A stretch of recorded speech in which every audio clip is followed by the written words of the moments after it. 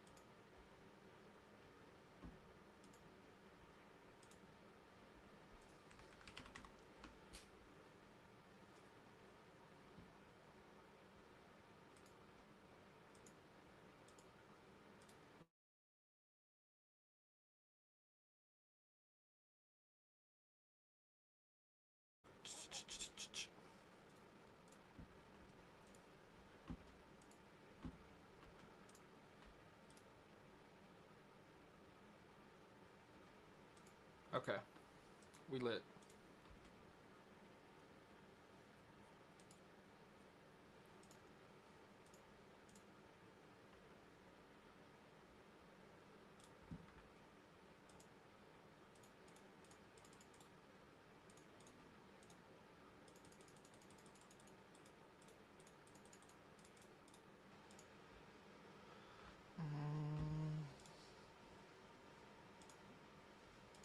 Yo, what's good, everybody?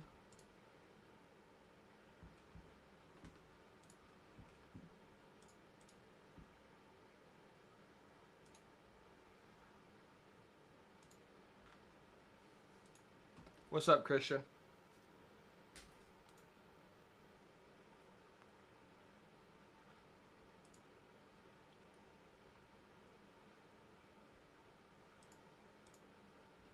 I mean, I just have no idea how to pull up the Twitter chat.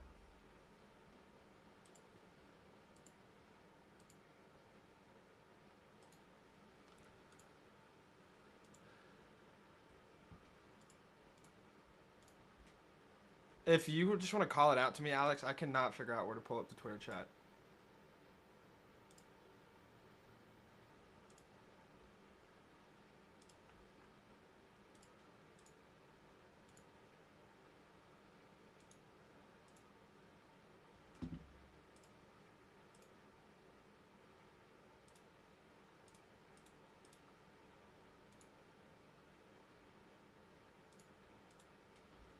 Okay.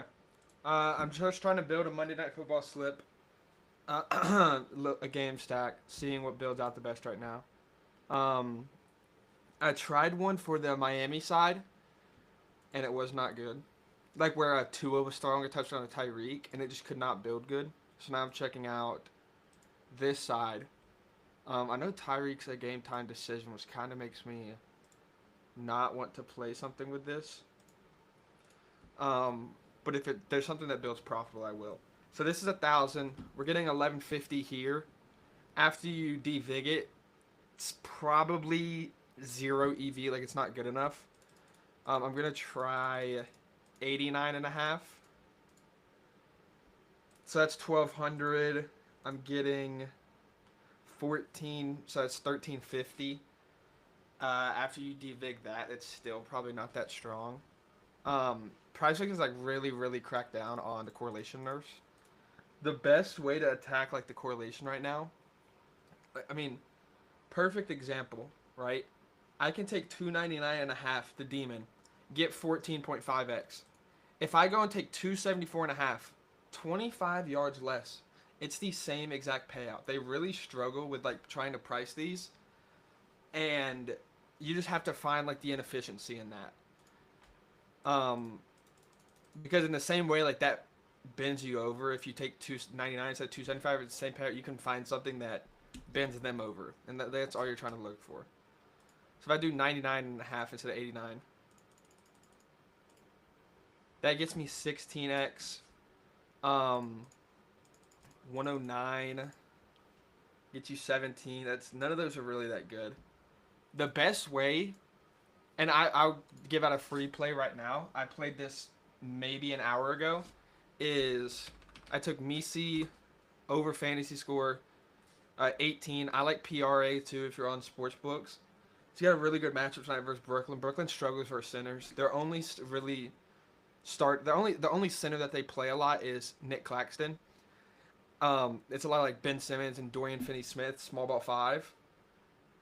They may play Noah Clowney for like 10 minutes a game, but what they like to do is run out a small ball five or Claxton who can switch on everybody, and just switch every screen, and that gives you a lot of nice matchups for centers. Edie 2 nights ago just dropped like 28-12 with 5 blocks. 2 days before that, Durant had 35 PRA with 5 blocks or 4 blocks or whatever. Vooch just dropped 30 on him with 12 rebounds. It just gives centers a really nice matchup. So I like fantasy score because he does have good stock upside. You can see he's 1.5 stocks. Blocks and steals are stocks. And that helps a lot for fantasy. But if you're on sports books, you're on Fliff, whatever it may be, I really like the 12.5 PRA too. The other play I took was Sabonis first half fantasy. You could take full game fantasy if you want. Usually I take first half on games that are projected to be a blowout, which this is not. It's a 1-point spread. But Sabonis is really unique, especially if you can look last year. I'll show you. He really soaks up usage, and like the ball goes through him in the first half. They run a lot of plays for him. He really runs the offense in the first half. And then it changes throughout the game. Especially now, you can think about this with De'Aaron Fox, who almost won Clutch Player of the Year last year. He might have. And now they have DeMar DeRozan, too, who, again, is a second. Like, every time it's a close game, he's posting up. So Sabonis really takes a back seat. He hasn't done as much this year, but I think it's just a small sample. Last year in the first half, he was averaging 3 more points. I just clicked the wrong button. He was averaging 3 more points. He was averaging half a rebound more and a whole nother assist more. So if you look on a fantasy point basis, he's averaging over 6 fantasy more in the second half. Or in the first half. Last year he was. The year before that, it was probably a similar story. I didn't look at it. Yeah, so the year before that, it was 6 fantasy higher. First half for second half. This year, it's been almost the exact same, 22.6 versus 22.7. I think that's just the small sample size. So I'm not really worried. I mean, I just think first half is a lot better because you can avoid the potential blowout risk, even though there's not a huge one for this. As we know, NBA, any game can be a blowout. You can avoid the first half risk, and in his career, he's been more of a first half player. In the second half, it really becomes a De'Aaron Fox, DeMar DeRozan show, and he takes a back seat. So I took first half fantasy, and then I did Tua under and Tyreek under. So you might be asking, why are we taking Tua and Tyreek under? You just had their overs on the screen, or you just want to know. Like, it don't make sense to me. And I can explain it perfectly, but I can also just show you any sportsbook in the world. So if I come on DraftKings, Tua and Tyreek under is plus 166, right? If I do the math on this,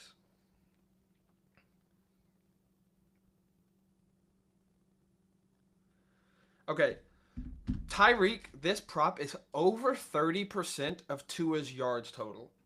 So they're very correlated, right? Almost 30% of Tua's yards every game goes to Tyreek Hill. So if Tyreek Hill goes under yards, there's a huge chance that Tua also goes under. Or if this opposite, if Tua goes under, huge chance Tyreek does. Yes, Tua can throw for 205 and Tyreek can have 150 of that. That's all you're trying to do in sports betting is get as much probability on your side as possible. There's no locks. There's no nukes. You're just trying to get as much probability on your side as possible. And when you can correlate a quarterback and a wide receiver as strong as Tua and Tyreek in their correlation under or over, you're getting so much added probability on your side with no payout nerve. So I have right here, it's 166, right? If I go over, you can, first of all, you can just see they're like, this is an idiot play. I would give you 400 for it. But if you go over, it's probably going to be more. Yeah, 184 for both of them over. And that is because it is way easier for Tua to go over and Tyreek to miss than it is for Tua to go under and Tyreek to miss. Because Tua can throw for 275 if Jalen Waddle has a 120-yard game, right? Tyreek could take a back seat. But it is very, very hard for Tyreek to go over yards if Tua does not throw for 250 plus. That's just how the correlation works. So you usually want to play unders. Sometimes I'll take overs if I really like the spot. Like last week, I took Jefferson and Darnold over, even though I almost always say to take unders just because I really liked the spot they were in and they both went over. But, so I took under on this. You can get a 10x for this. And that, okay, so they just bumped Misi up to 19. So what I would do now is I would just take the PRA if it's still there. Yeah, so I would just alternate to the PRA since they bumped it. But I did play it at 18. So you have Sabonis over first half. He's got a good matchup. And I just think that like 21.5 is a little low for him. Then you have Tua and Tyree both under, correlated very strongly, as I just showed you on DraftKings, as I explained to you. They're very highly correlated. And then I took Misi over. He's got a great spot versus Brooklyn. All they do is switch. Only one good center. And he's been dominating without Zion. He's over in like almost 90% of games this season. And then there's no Zion, no CJ McCollum, no DeJounte Murray, no Herb Jones, no Jordan Hawkins. So they have a way smaller pool of players to play. So he's just going to get more and more minutes. Unless he gets like some terrible foul trouble or just shoots like 0%. Like I know yesterday he played, or 2 nights ago, and he legit didn't shoot the ball. If he just has like some random outlier like that, then it's whatever. But again, you're just trying to take as much probability on your side. So there's a slip that I ran. You could do, like, you want to have as much exposure and as much good volume as possible.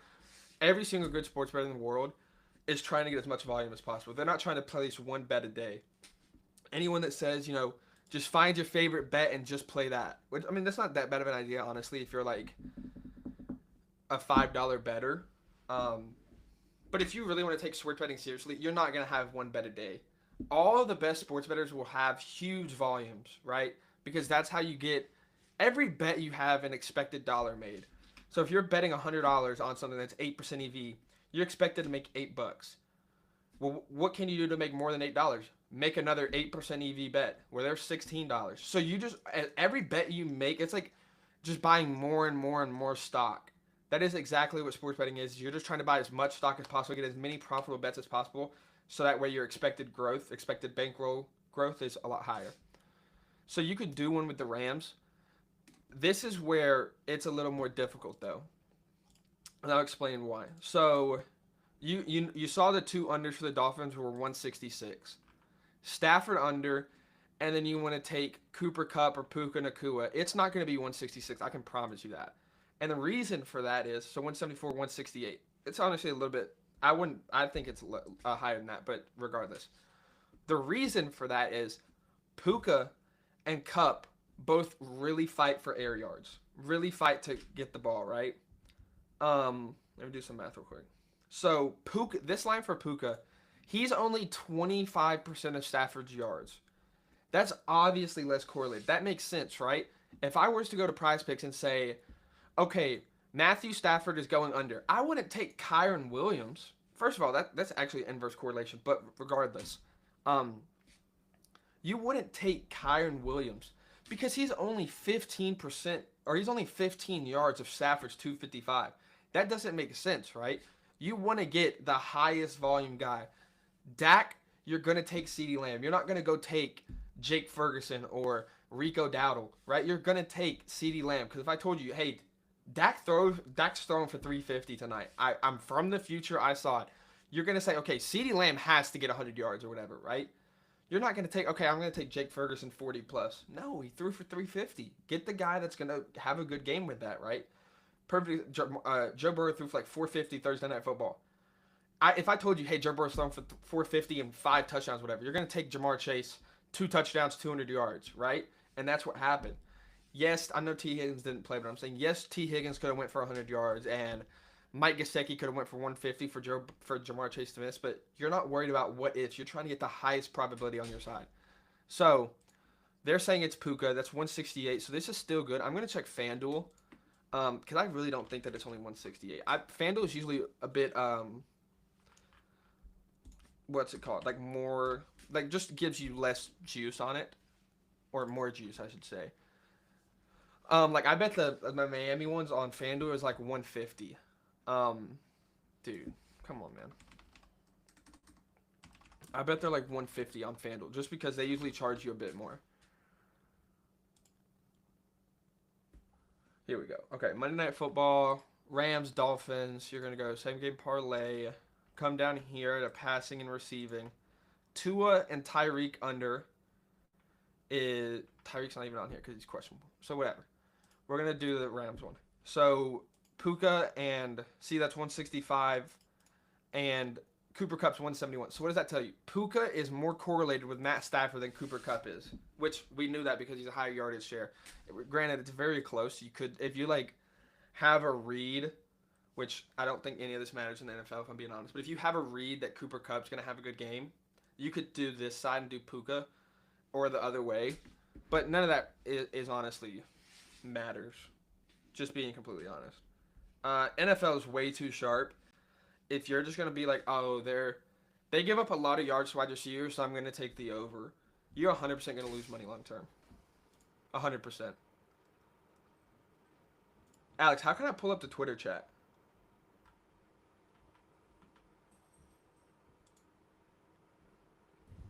You can go into your browser or on your phone. It works a little bit better on mobile, and just hit the live, and then it'll pull it up. Okay. So you'll like click into the live, and then you click into the chat, and you'll see. I see live chat. Okay, I'm with it. Yeah, Elon, if you can hear this, please make your live chat better. All right, I'm making the screen a tad bit bigger for those who asked. Bet Sharper, what's up? What's up, B. Strauss? You're loving the Johnny Smith lines. Try to enlarge the screen. Okay, I did that. Johnny Smith tonight? Question mark. Yeah, I mean, so if you have a read on, like, let's say, I know I was just talking about this, but if you like Johnny Smith tonight, you don't have to do, because like if I tell a lot of people in my Discord or when I'm talking on Twitter is, if you're gonna make a parlay on Prize Picks and you're gonna say, okay, well I think Tyreek Hill has a good game, so you're gonna click that, and then you're gonna go to college basketball today because you think someone told you to take Joplin rebounds, and you're gonna go to NHL and take Matt Duchesne or have you Tyler Seguin, however you say all these names. I don't care. I don't watch this, right? And you're looking for fourth play. You're looking for it only really works in formats, but there is an obvious play. Okay? As soon as you take Tyreek Hill over yards, one play on Prize6 becomes like 70% likely to hit. And that is Tua over yards. Now, I'm not saying Tua over yards is 70% by itself, but all we care about is what happens in this parlay, right? So imagine it like dominoes. You're taking Tyreek over yards. So that domino is going to fall. What is the domino in front of Tyreek Hill? It's going to be Tua yards, right? Instead of taking 4 independent outcomes where you need 4 different dominoes to fall, you need David Joplin to get 60 rebounds. You need that dude to get a point. You need Tyreek Hill to get yards. You need some NBA player, right? What if you could get 2 dominoes that are lined up where it's like, okay, you hit one of these and both hit? That is exactly what parlaying is. Or that's exactly what correlation is just trying to get dominoes lined up or trying to get your best correlated to where you only need to hit one outcome. Because if Tua throws for 300, you automatically hit 2 legs in your parlay. Versus if you were to just do something like this, you're only hitting 1, right? No brainer, okay? Now, this only works on PrizePicks. Every other app in the world will know that you're correlating that and will charge you. But that's what's great about having so many different apps, having so many different sports books available is like there's edges on PrizePicks that isn't on any other app. And then on Underdog, there's edges on Underdog that are not on any other app. And for Underdog, it's a lot of like the college football fantasy props. They're pretty poor at setting fantasy. There's none up right now. They don't post until Friday. But that's a massive edge that I've been playing is something like that, right? And then Underdog has the streaks thing too, which is really sick. For someone like me that's limited to $5 or $10 a bet, right? I can do a $10 entry to where I just need to hit a bet a day or whatever, however I want to do it, and I can win $10,000. It's like a little ladder challenge they built into their system. So you can see on Saturday I took Milrow over 23. Dude literally doubled it.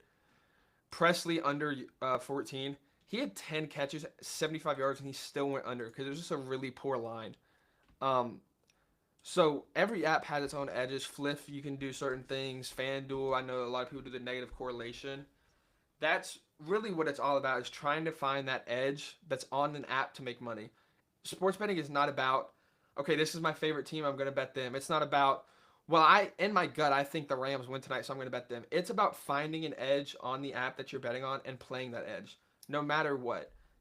Okay? No, feelings aside, defensive position, like however a team plays versus a certain position, all that aside, you're just trying to find an edge and play that edge.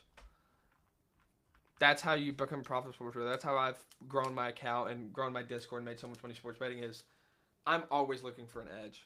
That I'm not like looking at who's gonna win Monday Night Football tonight. I'm looking at, like, I'm scrolling through apps just trying to find an edge, because that edge is gonna make me way more money than if I can guess who wins Monday Night Football right. If you guys have any bets you want opinions on, you can comment. Let me know if you have any questions. I'm gonna go look through some more of the NBA board. Any more NBA? Yeah, that's what I'm looking at. If you are just now joining, the NBA bet I liked the most today was, where's he at? Yavis. I played fantasy. But you could take PRA for him. Because fantasy bumped to, it was 18, now it's 19. So I like PRA. Again, I took Sabonis first half. That's something that I took a lot last year. Another play that I might like, I haven't really decided on if I'm going to play it yet. Okay, it's gone.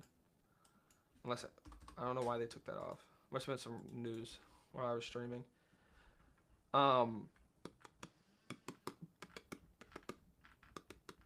Yeah, okay, there's no nets up. It was Cam Thomas under first half. I do like that. I'm going to see if they added more fantasy props, so I can go through those if they did. Fantasy's usually, okay, they added a ton more. Perfect. Perfect. Let me go through all these. You saw the one NFL NBA mix you did for tonight. Is there any other nice NFL bets tonight? Yeah, I was looking for like a same game, you know, like I've been doing on Twitter the whole season. And they've really, really nerfed those. Which, now that I think about it, I'm going to try something else. So it was, who's more likely to score? I think it's Cup. I'll check. But if I do that, 274,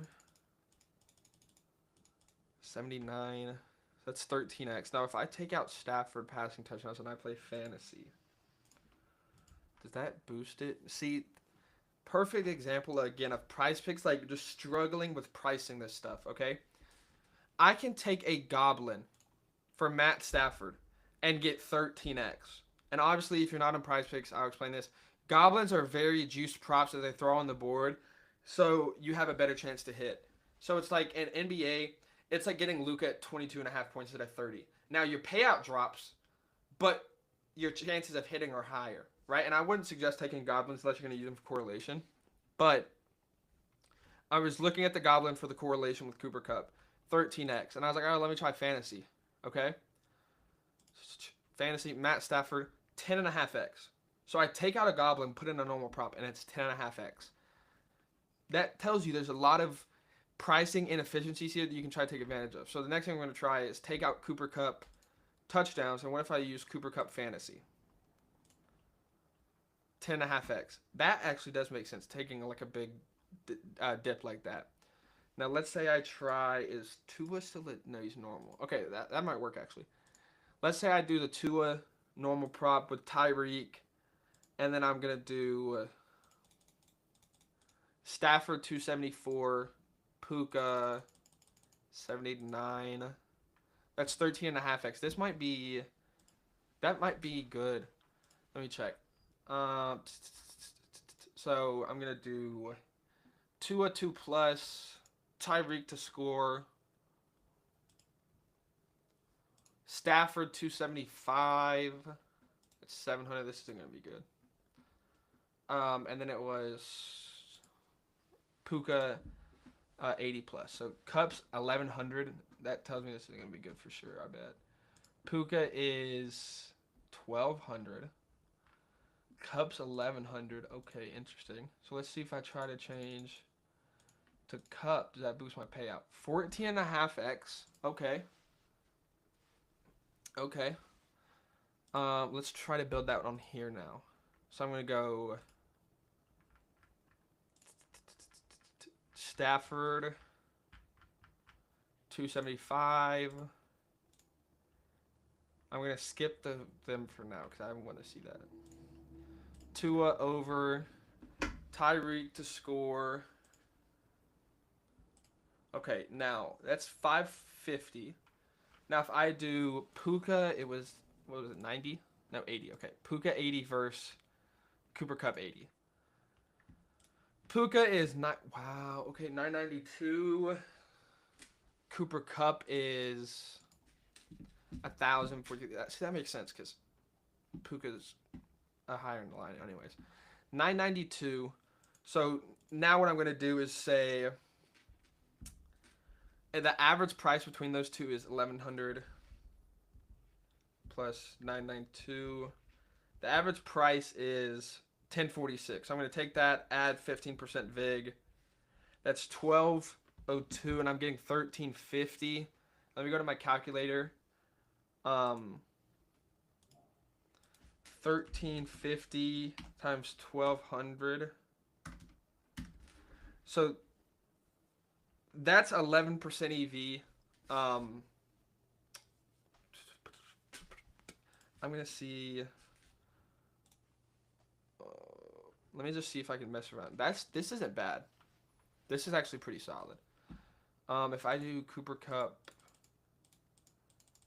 90 plus, what's that payout? 16.5. And that's gonna be. Oh, I had to do Cup. Okay, hold up. That changed it a little bit. Cooper Cup 90 plus. What's Puka 90 plus? Is it the same? 6. So I'm gonna have 0.5% boost for Cooper. Let's try Cooper 90 plus. That's 1286. That's not good.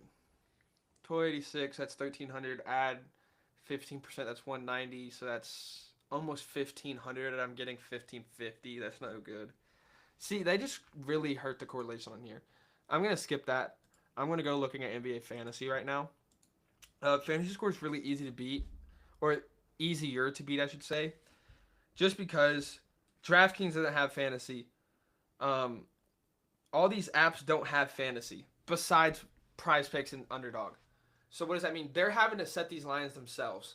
All these other lines, Prize Picks line makers are extremely lazy. All these other lines, they're just going, okay, Cares Levert's 10.5 on every sports book. I'm throwing up 10.5. And once it becomes too juiced, they bump it to 11. Super lazy, super elementary. But the fantasy stuff, they're having to make themselves. So that's where you can really beat an app like Prize Picks is finding the props that they're having to hand make. Because that obviously leads to more error. Because it's just one group of people making it versus a points line that's on 55 books. There's thousands of people trying to set that line. You know, at DK, FanDuel, Circa, Pinnacle, Bookmaker, Bet Online. There's so many different groups trying to set that line. So that's why I really like looking at fantasy props. That's usually where the most edge is found. I'm about to start looking now. Harden is 40. Sengun's 41. Sengun was someone that I wanted to look at first half. If it's like 19.5, 20, it could be good. 21.5, it's probably a bit too high.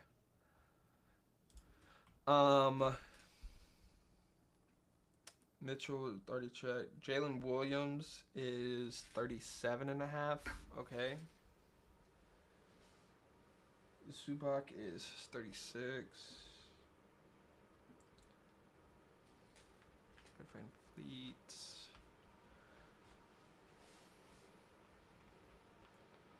Where'd all the Rockets just go?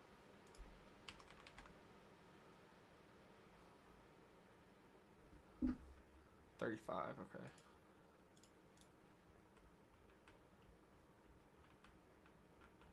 They just took down every single Rockets fantasy score prop, or is Prize Picks bugging?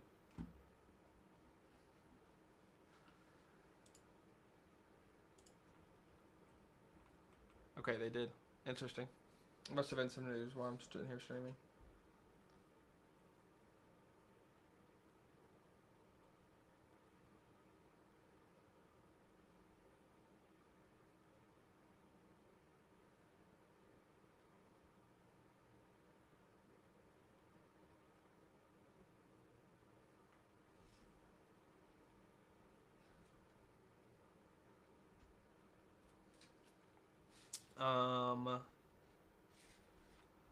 Norman Powell's 28.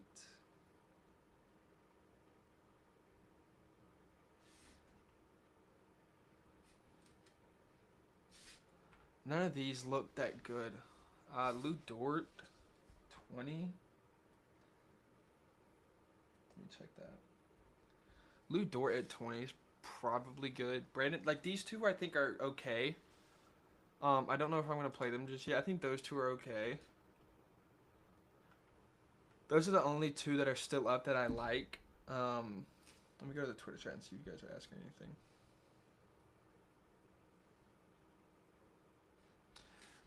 Those are probably the two best ones. That are still up. Don't know. I know I'm. Oh no, it's only 2:35. I'm chilling.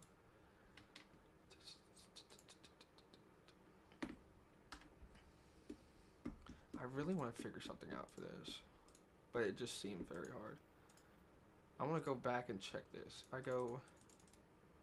It's wrong person. 274.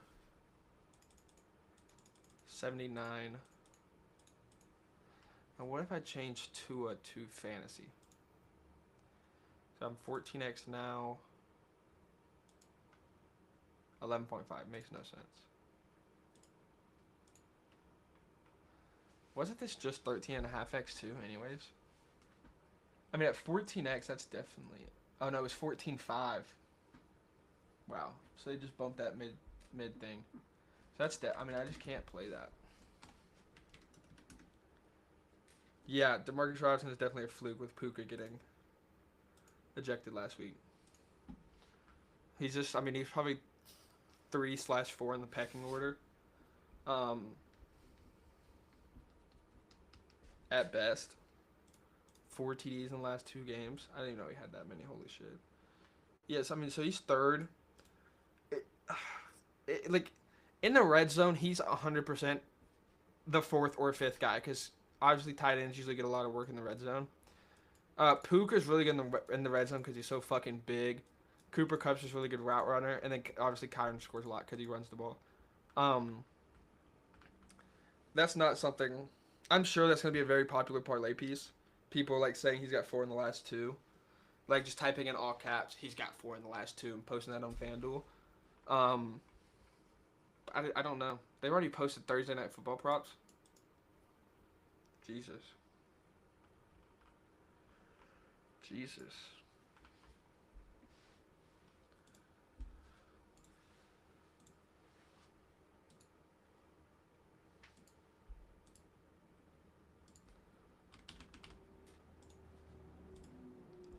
Dude, they just never post what's it called? Fantasy score until like tip off. It's so annoying.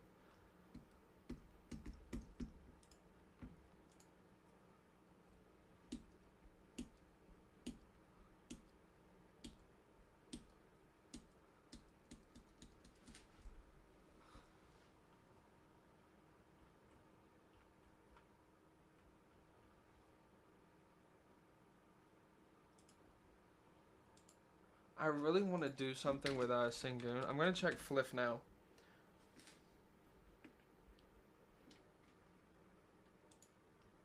So they just took him off. They took all the Rockets off.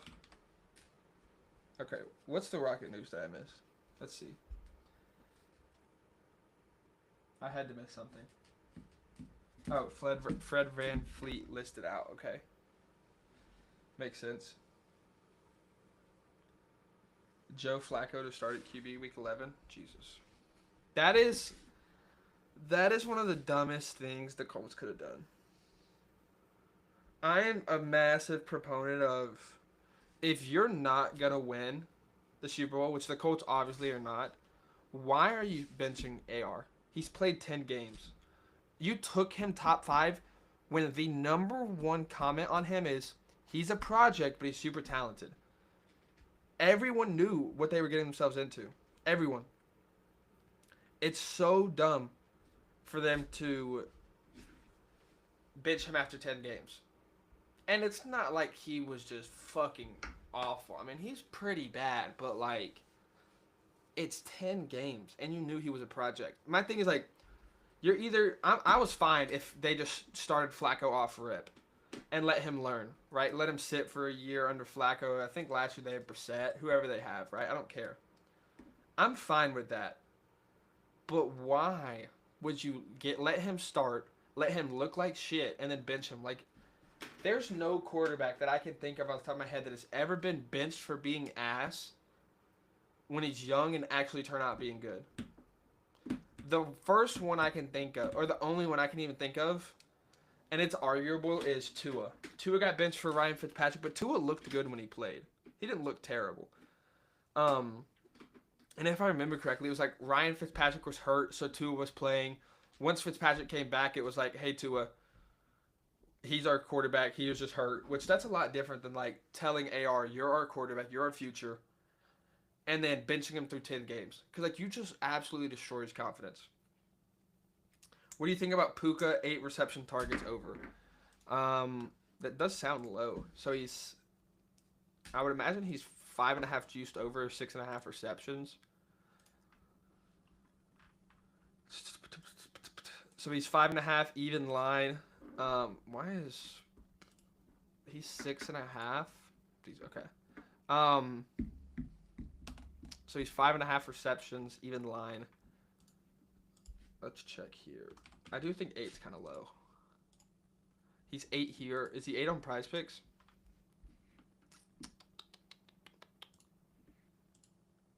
He is 8. I do think that's kind of low, but I wouldn't. I'd place it at like 8.5. I don't think it's a terrible bet. Definitely ownership making the call. Yeah, like the Colts owner is legit one of the biggest idiots. Like all that shit he did with Jonathan Taylor. He's like a known idiot, so it's whatever. What are you gonna do? What are you gonna do?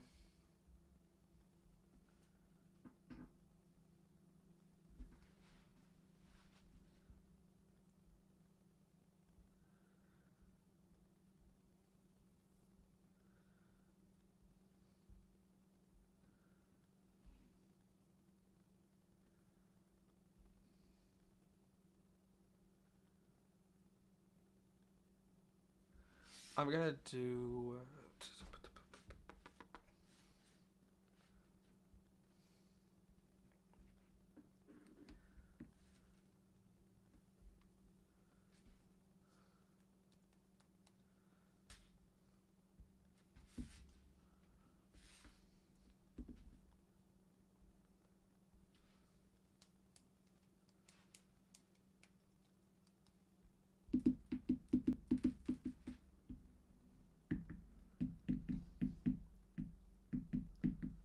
All right.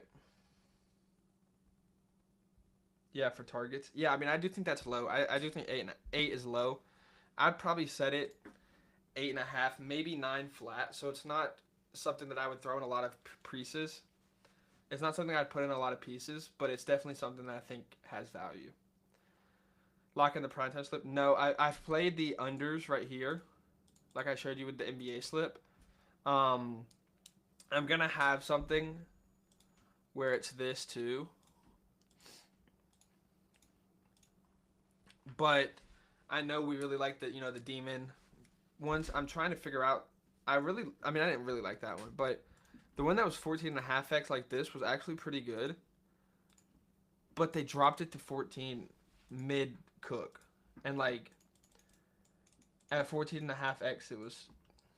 See, oh, I did the wrong fuck. I was about to say what the hell. 14x. It's just that's hard to stomach.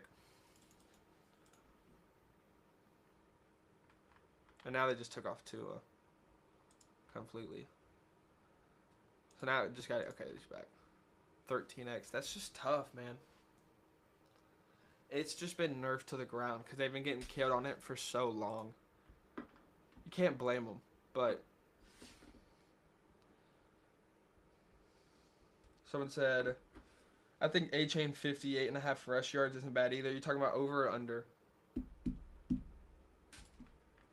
Over or under for that?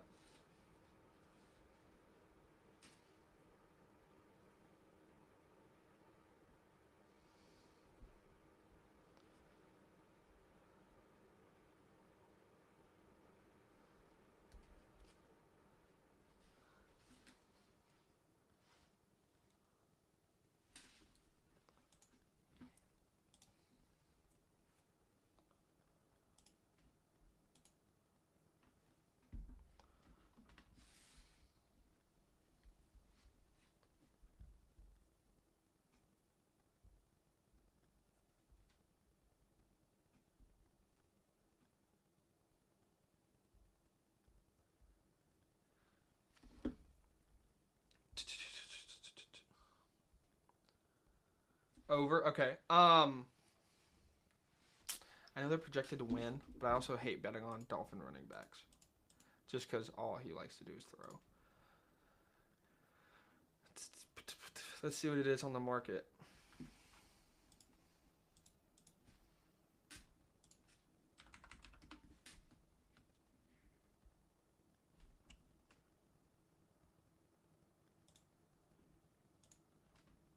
All right, let's see what HN is on the market. All right, so you're talking about 58.5 over. I definitely wouldn't play that. It's 55.5 on Pinnacle and on Fliff. If you're on Fliff, you could take that if you really like it. Don't play it on Prize Picks. That's almost the worst price on the market. Rebet's a little bit worse, but besides that, that's the worst price on the market. So I would definitely not play that. If you just really think he has a good game, get on Fliff, get on FanDuel, get on DK, where you can get it for 2 yards lower and less juice, which obviously that's a no-brainer. So I would not play that.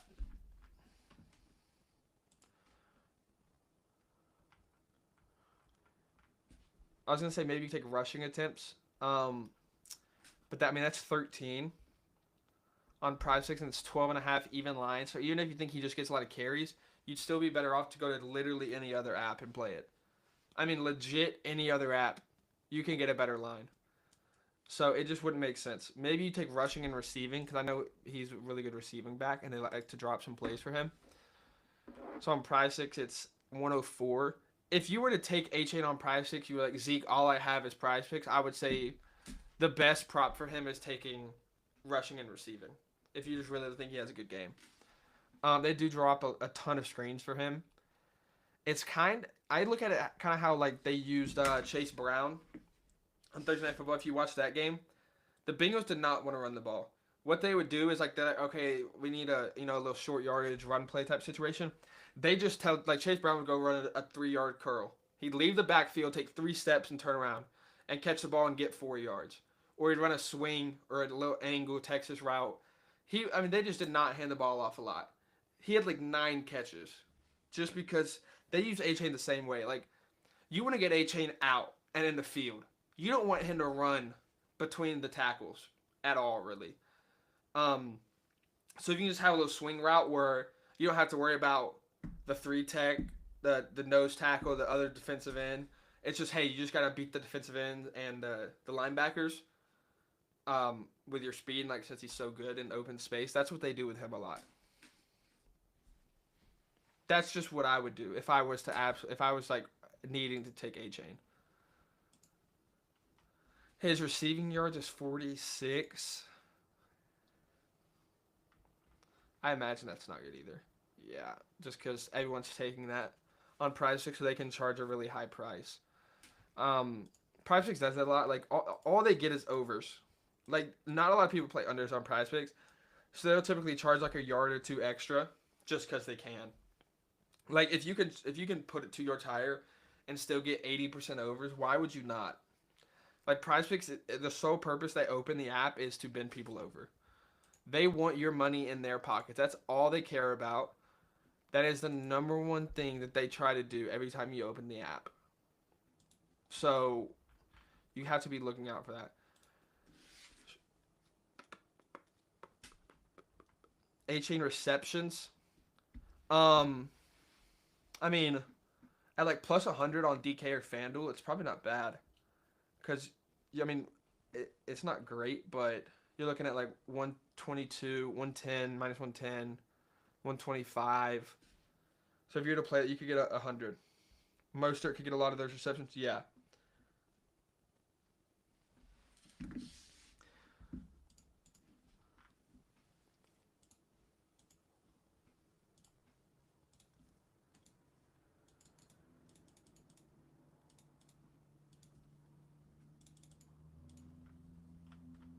Yeah, I just can't play that, man. I like physically can't.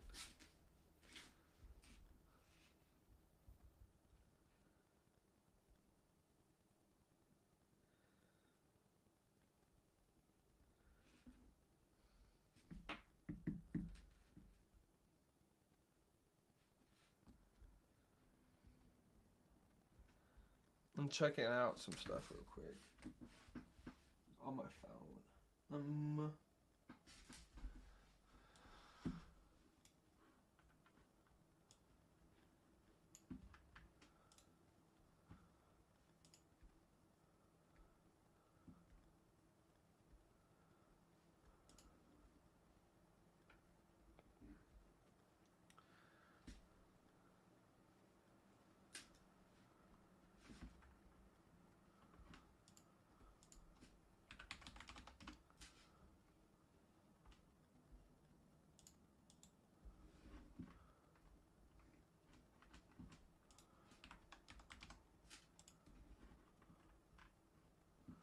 Damn, bro, they're lying to me on Sengun being up.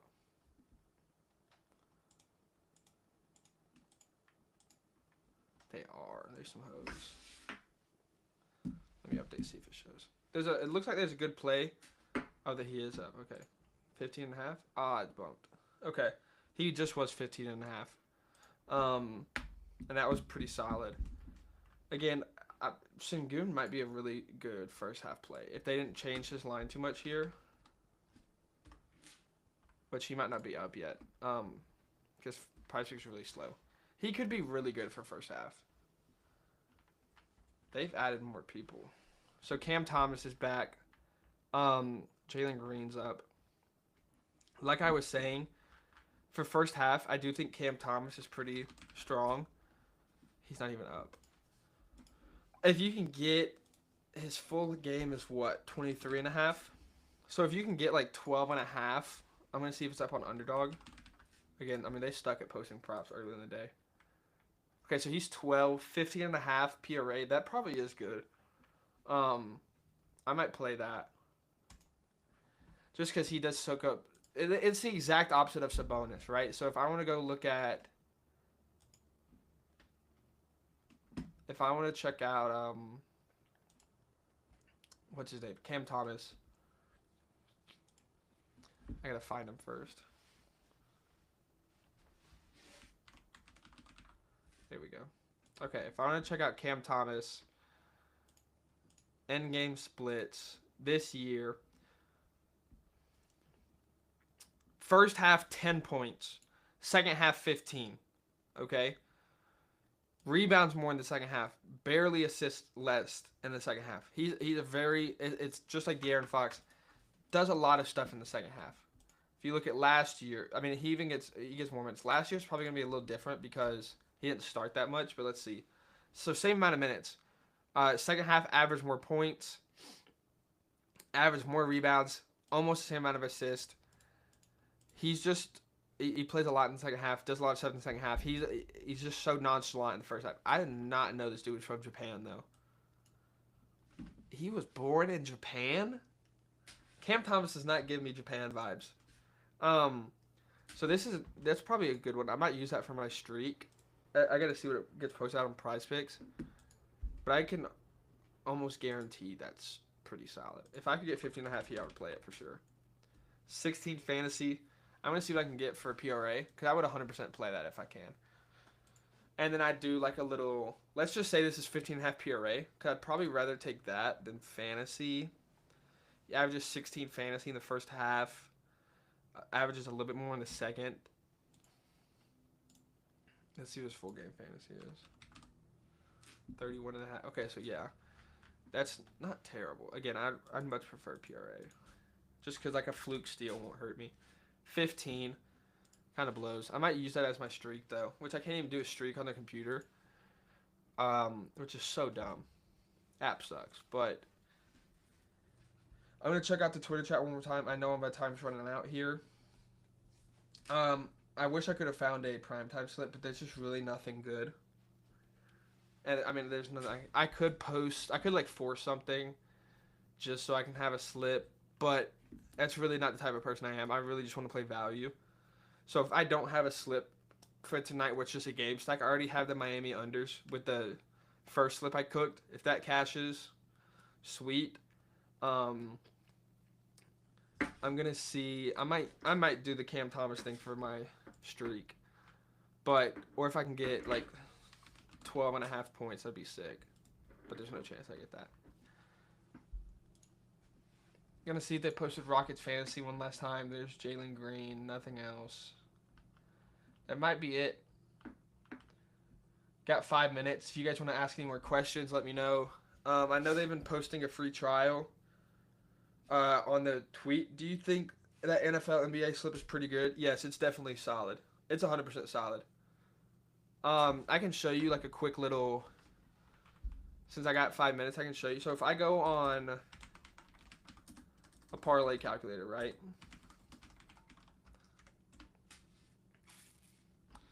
We saw that we saw that it was like 160, right? So you're gonna add 15% VIG to that, so that's 184. If you want to know what VIG is like the sportsbook's not gonna give you the fair line when you create a parlay. So if you create 2 picks and you're getting 200, you know 200 is not the fair value, right? Because they gotta get their cut. They gotta make sure they're profitable. So they're gonna charge you a 10%, 15, 20% tax. So if they really think it's 200, they're going to take 20% out of that and give it to you at 180, right? Where it's really be 20% of that is 160. But they're going to give it to you at 160. Or you can say they're taking 10% and they're giving it to you at 180. So what you have to do if you want to find the proper value is to get it at 166, add the VIG, so that's 184. So we know we're getting 900. We know we're getting plus 900 on Prize Picks. Let's say that the fantasy score props I got are minus 130. Let's see what that builds to. So that's 787. It doesn't even tell me. Oh, okay. So that's 787. We're getting 900. Fair value on something like that is 788. So that's pretty good. If I go on a EV calculator. If I'm getting, I hate how it does it. Let's see what the 1%. Okay. It doesn't even tell me.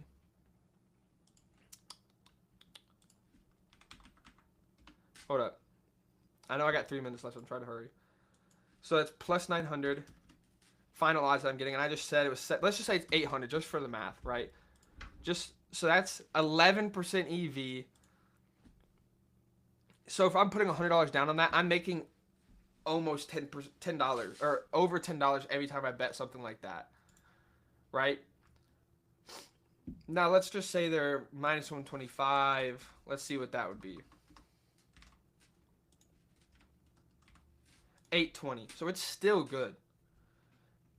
Where you're starting to like flirt with, okay, this might not be a good bet, is let's see if I go 120, 120. Still a good bet. 115, 115. I mean, that's still profit unit 115, 115. What's up, Dead Perez? Yoo-hoo. What up, bro? What up? So even at 115, 115, that's still profitable. Obviously, your edge is super small.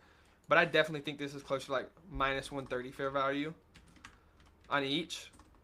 And that gets you to 788 or 11% EV. All right. Your boy Matt's here from Dead Prez. I'm gonna head out. I'll probably post something on my Twitter so I have my notifications on. If you're wanting to join the premium, Alex has posted a ton of free trial links on the DubClub Twitter account. Just check that out. Can you golf year round in Georgia? Our season's about to end up here in Wisconsin. Yeah, you can. And since I'm on the Corn Ferry Tour, they fly me out to try out all these different places and stuff. Like, I'm going to Hawaii this weekend to compete in one of the tournaments out there. So, You're going to Hawaii this weekend? Fuck no. But I just like telling people I want to Okay. do some shit. So that's it. That was way too smooth. I'm going to Yeah, you're on the Philadelphia Corn this week. Ferry. Wait, you're in Philly? Yeah. Oh, let's go. I'll see you there, and I'll see Matt. I almost got at the same hotel you did, but she said it was sold out. So I told her we could just room together, but she said you wouldn't like that, so I had to go somewhere else. Yeah, I just got one twin bed, so we'll figure that out. Yeah, my ass ain't fit in a twin bed. I'd be breaking that. Well, yeah, like Zeke said, guys, there is a free trial right underneath the tweet. Go subscribe. Check him out. Obviously, follow him on everything else. Zeke, you're the man. I'm going to be telling some of that action, so I appreciate you, big dog. We'll see you next week. Appreciate it. Y'all have a good stream. See you, Bat. See you, bro. Good luck. See you, brother. What's going on, big dog? Oh, did I just...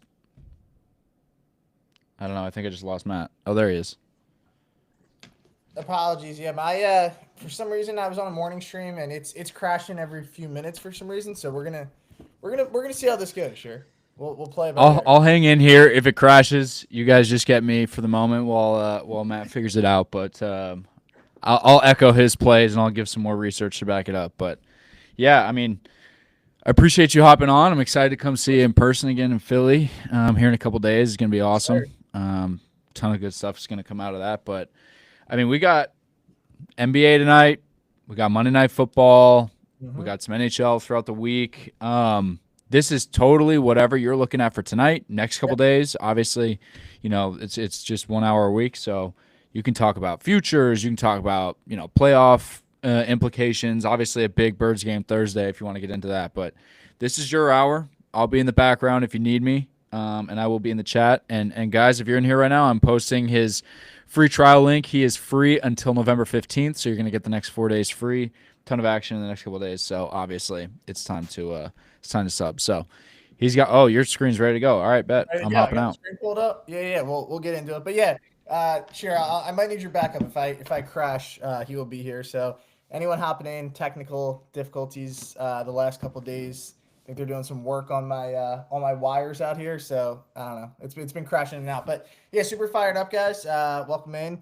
Matt from Dead Price Picks. If you guys are not familiar, at Dead Price Picks on X here, give a follow. But we'll kind of use the next hour or so to dive into some of the bets that I'm looking at for tonight. Obviously, most notably, we got this Rams-Dolphins game that we're all fired up for, but also going to talk a little NBA as well as, if there's any NHL talk. So if you guys have any comments, I will pull up the comments on the screen. But if you guys have anything, any questions that you guys have during this, feel free to throw them in the stream, and we'll try to talk about them as well.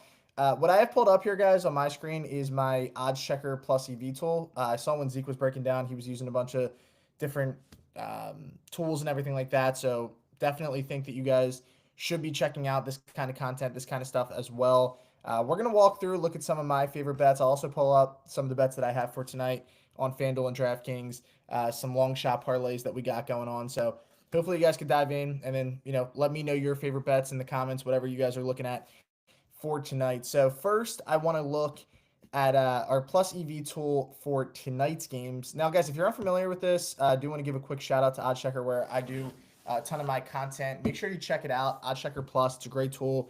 Plus EV betting is great in itself, but there's a lot of other valuable things you can get with this. Public betting splits. You can create a bet slip on the website. So a lot of cool stuff that we can get into. If you are in my Discord, you're most likely in this. If you're new, just hopping on the stream. If I can help you out in any way with this kind of stuff, just let me know. But we're going to look at some bets for tonight's the prop market here that we are looking at and pull up my favorite bets. One of my favorite bets for tonight, I love the value on this play. Devon Achane under 23.5 receiving yards. If you guys are unfamiliar with what EV is, we're going to be looking at the implied probability and the AI probability, and then kind of just breaking it down from there. The implied probability of this prop cashing versus our AI probability of it cashing. As you guys can see, 27.78% compared to 51.65. That makes the expected value of this play 85.94%. Also, you're going to get the best odds under this label here. So it's going to look at all of the sports books around. And in this case, Bet Rivers has this one at plus 260. So you can lock that in. Big theme tonight. I think Miami is going to lean on the run game. If you look statistically, the Rams rank 25th in the NFL in rushing yards allowed per game. They've really struggled to slow down the run for most of the season. They're allowing over 235 yards per game on the ground. So I think Achane's going to have an effective game. I just think mainly it's going to be done on the ground. He played in 69% of snaps last week. I know Raheem Mostert in that lineup. That backfield can get, tightened up at times, but I do think in tonight's game we're going to see a heavy load of Achane in the backfield. Going to share this on X right now, guys. So just going to tweet this out with our NFL picks and share the live stream so anyone else can hop on this as well. As far as game picks are concerned, and I'll keep this tool up, guys, as we go along. As far as game picks are concerned, we can look at the public betting splits for this game tonight. As you guys could see, the Rams are getting more love in this spot. Not shocking. This has been one of the hottest teams in football after that poor start to the season. They've really turned things on as of late, and this is a team talent-wise, when healthy, one of the better teams, in my opinion, in the NFC. But this is a big game for them. They can get back over the 500 mark. Now, look who they've beaten the last couple weeks. The Raiders at home, not an impressive win, but a really impressive win at home against the Vikings. And then they went into Seattle, which is always a difficult place to play, picked up a 26-20 win over the Seahawks. So that was a big-time performance for them in that spot. Even their losses this season, guys, they've been tight games. They lost by 6 against the Bears, lost at home by 5 against the Packers in a coin flip game, lost by 6 in overtime. Remember that Lions game? They probably should have won that game, ended up blowing that one late. But all of their losses, with the exception of that game against Arizona where they lost 41-10, they have been one-score games. So the Rams have been extremely competitive this season. They also have that notable win at home against the 49ers, which could be a significant win as this season goes on, because with a win tonight, the Rams will technically be in second place in the NFC West. They're still trying to chase down the Cardinals, but from a win-loss standpoint, it is even in the loss category. So that's a spot that I like tonight. But as far as the spread is concerned, I'm actually leaning to Miami. As you guys can see again on the public betting splits tool right now that I'm using with OddsChecker, us.com. 60% of the bets on the Rams, 75% on the money line. And the total, the over is getting a little bit more love. And that makes sense. The Dolphins offense has been much better. And we'll talk about this more as the stream goes on. Since Tua has been back under center, guys, this offense they've been humming. They look good. I know they haven't been able to win either one of these games, but this offense looks like they've come back to life. Tyreek Hill is expected to play in tonight's game. He's got his props up, but the last 2 weeks, the Dolphins have done their job offensively. They've combined for 54 points over the last 2 weeks. Unfortunately for them, the defense has not, stepped up their play. They allowed 30 points to Buffalo, also allowed 28 to Arizona. So defensively, they got to be better. They got to step things up from a defensive standpoint, but offensively, no complaints for this offense. Now, prior to Tua coming back, the offense really struggled. As we know, they scored just 37 points, 41 points, guys, in 4 weeks. And now over the last 2 weeks alone, they've scored 54. So big time improvement offensively. We know when Tua is in this lineup, this team can move the football. I like the Dolphins' chances tonight. It's a do or die game. They lose this game, they are completely dead. Even if they win this, it's going to take a lot to get in. But there's a path there, and that's because of their schedule. Next week, they play the Raiders at home, and then the following week, they play the Patriots at home. So there's a really good chance if they win this game tonight, they're going to be 5-6. Schedule gets more difficult because they have to go to Green Bay. They'll host the Jets, and then they have to go to Houston. But at least you're giving yourself a chance. In the AFC, if you look right now in the playoff picture, it's pretty open, right? There's going to be a path there for them to find their way into the postseason. Right now, it looks like a 500 record might be able to punch you a ticket into the playoffs. We'll see, because there's kind of that combination of the Broncos, Colts, Bengals right now, all battling it out. The Chargers mixed in there. Obviously, their 6-3 record. They're shaping up a little bit better than those teams. But there is a way for them to get in. There's some bad teams in the AFC this year. Jags have 2 wins, Raiders have 2 wins, Titans have 2 wins, Browns have 2 wins, and then you have 3 and 7 with the Jets and Patriots. So a lot of really bad teams. When healthy, Miami's much better than those teams. I believe in their chances to find a way into the postseason, and I think it starts with a road win tonight. They lose this game, they're pretty much done. Now, the Rams offensively, their offenses looked much better, to no surprise, when Nakua and Kupp have returned to the lineup. The win, now they had an off week. I'm sorry, they did not have an off week. They just haven't played since Sunday. They had the off week after that. Offensively, yeah, 26 points last game, 30-20, but it's really been their defense that has been the story over this winning streak. 15 points allowed to the Raiders, 20 to a really good Vikings offense, and then 20 to a pretty good Seattle offense. So their defense has stepped up. They've had some young players. Jarrett Verse has been outstanding on that offensive line. That's a young player out of Florida State that not many people thought would be this good. He was, one of their top picks, but the way he's been able to step up, they finally got a first-round pick, and it seems like they made the right call on Verse so far. So Rams defensively have been really good. I just think tonight Miami will be able to do enough moving the football and being consistent enough offensively to put up points and to compete in this game. So those are a few of my favorite picks. I will see if you guys do have any comments or any questions on this game. Just let me know. We'll continue to kind of dive in and talk about these. But let's see. Sheer asking about Tyreek, how much the line would move. Yeah, it will be interesting. I think you might see it move a half point to a point. I don't think we'll see any significant line movement though if Tyreek cannot go. But we'll keep an eye on it, right? I think we'll continue to look into this one as the week goes on. We'll talk some first touchdown bets, guys, here in a moment. Under one of my tweets, we had a question about that. But if you guys do comment, I think in the stream, it will also pop up as well. So you guys could check that out. Making it no Alec Ingle tonight. Yeah, it could, right? As if they don't have enough running backs. Yeah, we'll see who really takes over the backfield. I think it'll be A-Chain tonight. Mostert, though, 25 plus running yards. It's minus 160. It's really juicy, but I do think there's a good chance he gets there. Again, defensively, the Rams just haven't been able to stop anyone on the ground game. Got my guy Diamond checking in. What's going on, bro? So far here in the stream was throughout the Dolphins. Like them a lot. Have my article on, and so we got that. Yeah, appreciate you hopping on, brother. I know the Morning Edge, we've been off there, but we're hopping on with some live streams here. So yeah, Dolphins like them a lot in this spot tonight. Also looking through some props right now. I'm going to throw out some first TD props as well. So we'll keep it rolling. We'll keep it rolling as the stream goes on. But again, on the screen there, if you guys are just hopping on, is the public betting splits for tonight's game. So there they are. This is as the week goes on. We'll get into this game soon because that's a big game for me. We also will have our DubClub event. If you guys are around Xfinity Live, if you're from the Philly area, come say hello to us Thursday night. We'll be in Xfinity watching these games, but that's going to be a sweaty one with my Eagles and the Commanders. That should be a good one for sure. So yeah, we'll talk some first touchdown bets if you guys would like to do that. I know that was a comment, like I said, under my tweet, but if there's anything in the stream you guys want to chop up and talk about, let me know. We could throw that out there. I apologize again. I know my screen, I don't know if it showed up for you guys. I just went a little blurry.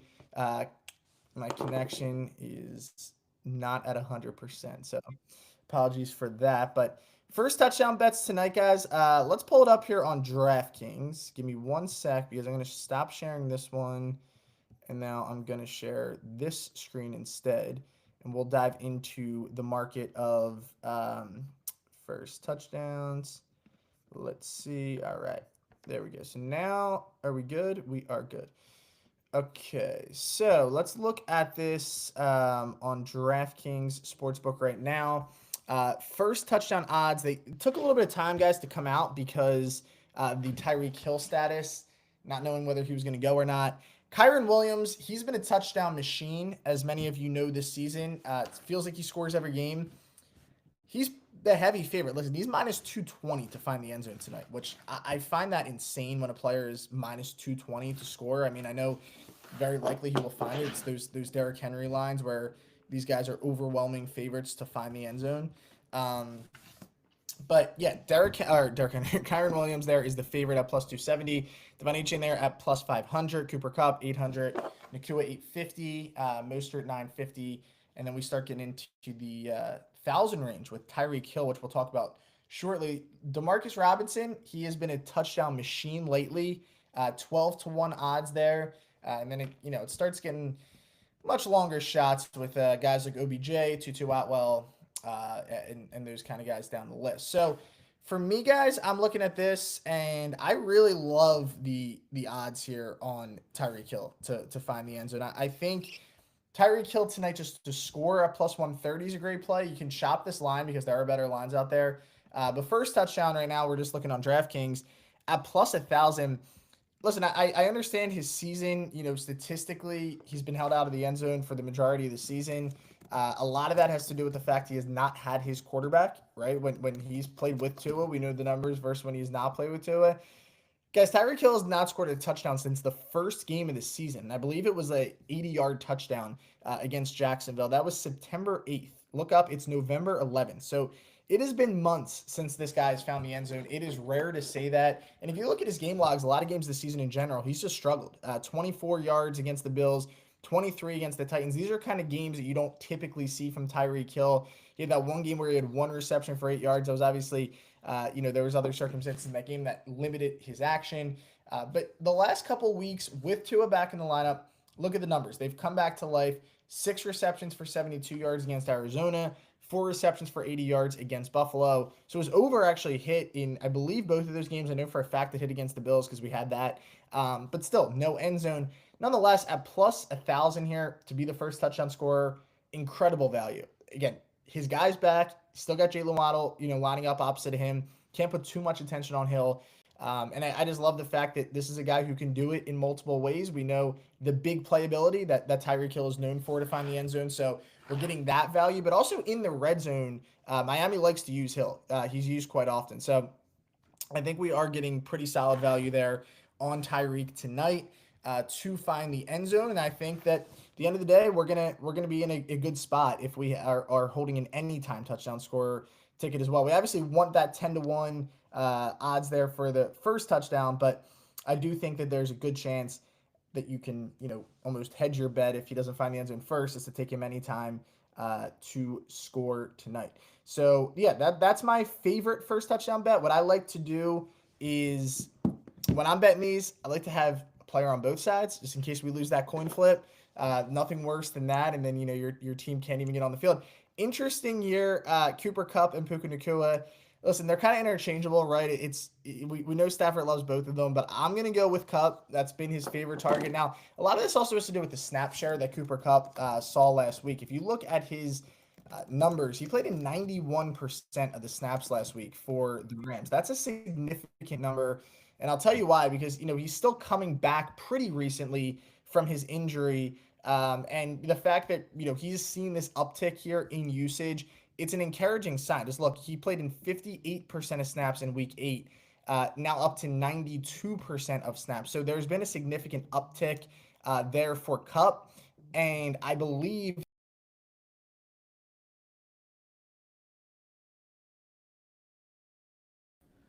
We may have lost Matt there, guys. I know his internet was spotty. He called it out earlier that it may happen, and it looks like it happened. Who do we talk to about infrastructure in Philadelphia? Because we need to get Matt some better internet. This is crazy. Matt, whoever your internet service provider is, will write them a strongly worded letter. But until he gets back on, let's talk some ball. I was dropping some of these in the chat, so if you're in here and you're reading the chat, this may be a little redundant, but a notable injury tonight that I think not enough people are talking about. He still is questionable, but they said that he was leaning to out. Is Alec Ingold, Miami's fullback. Now, I know you're probably thinking, who cares? It's just a fullback.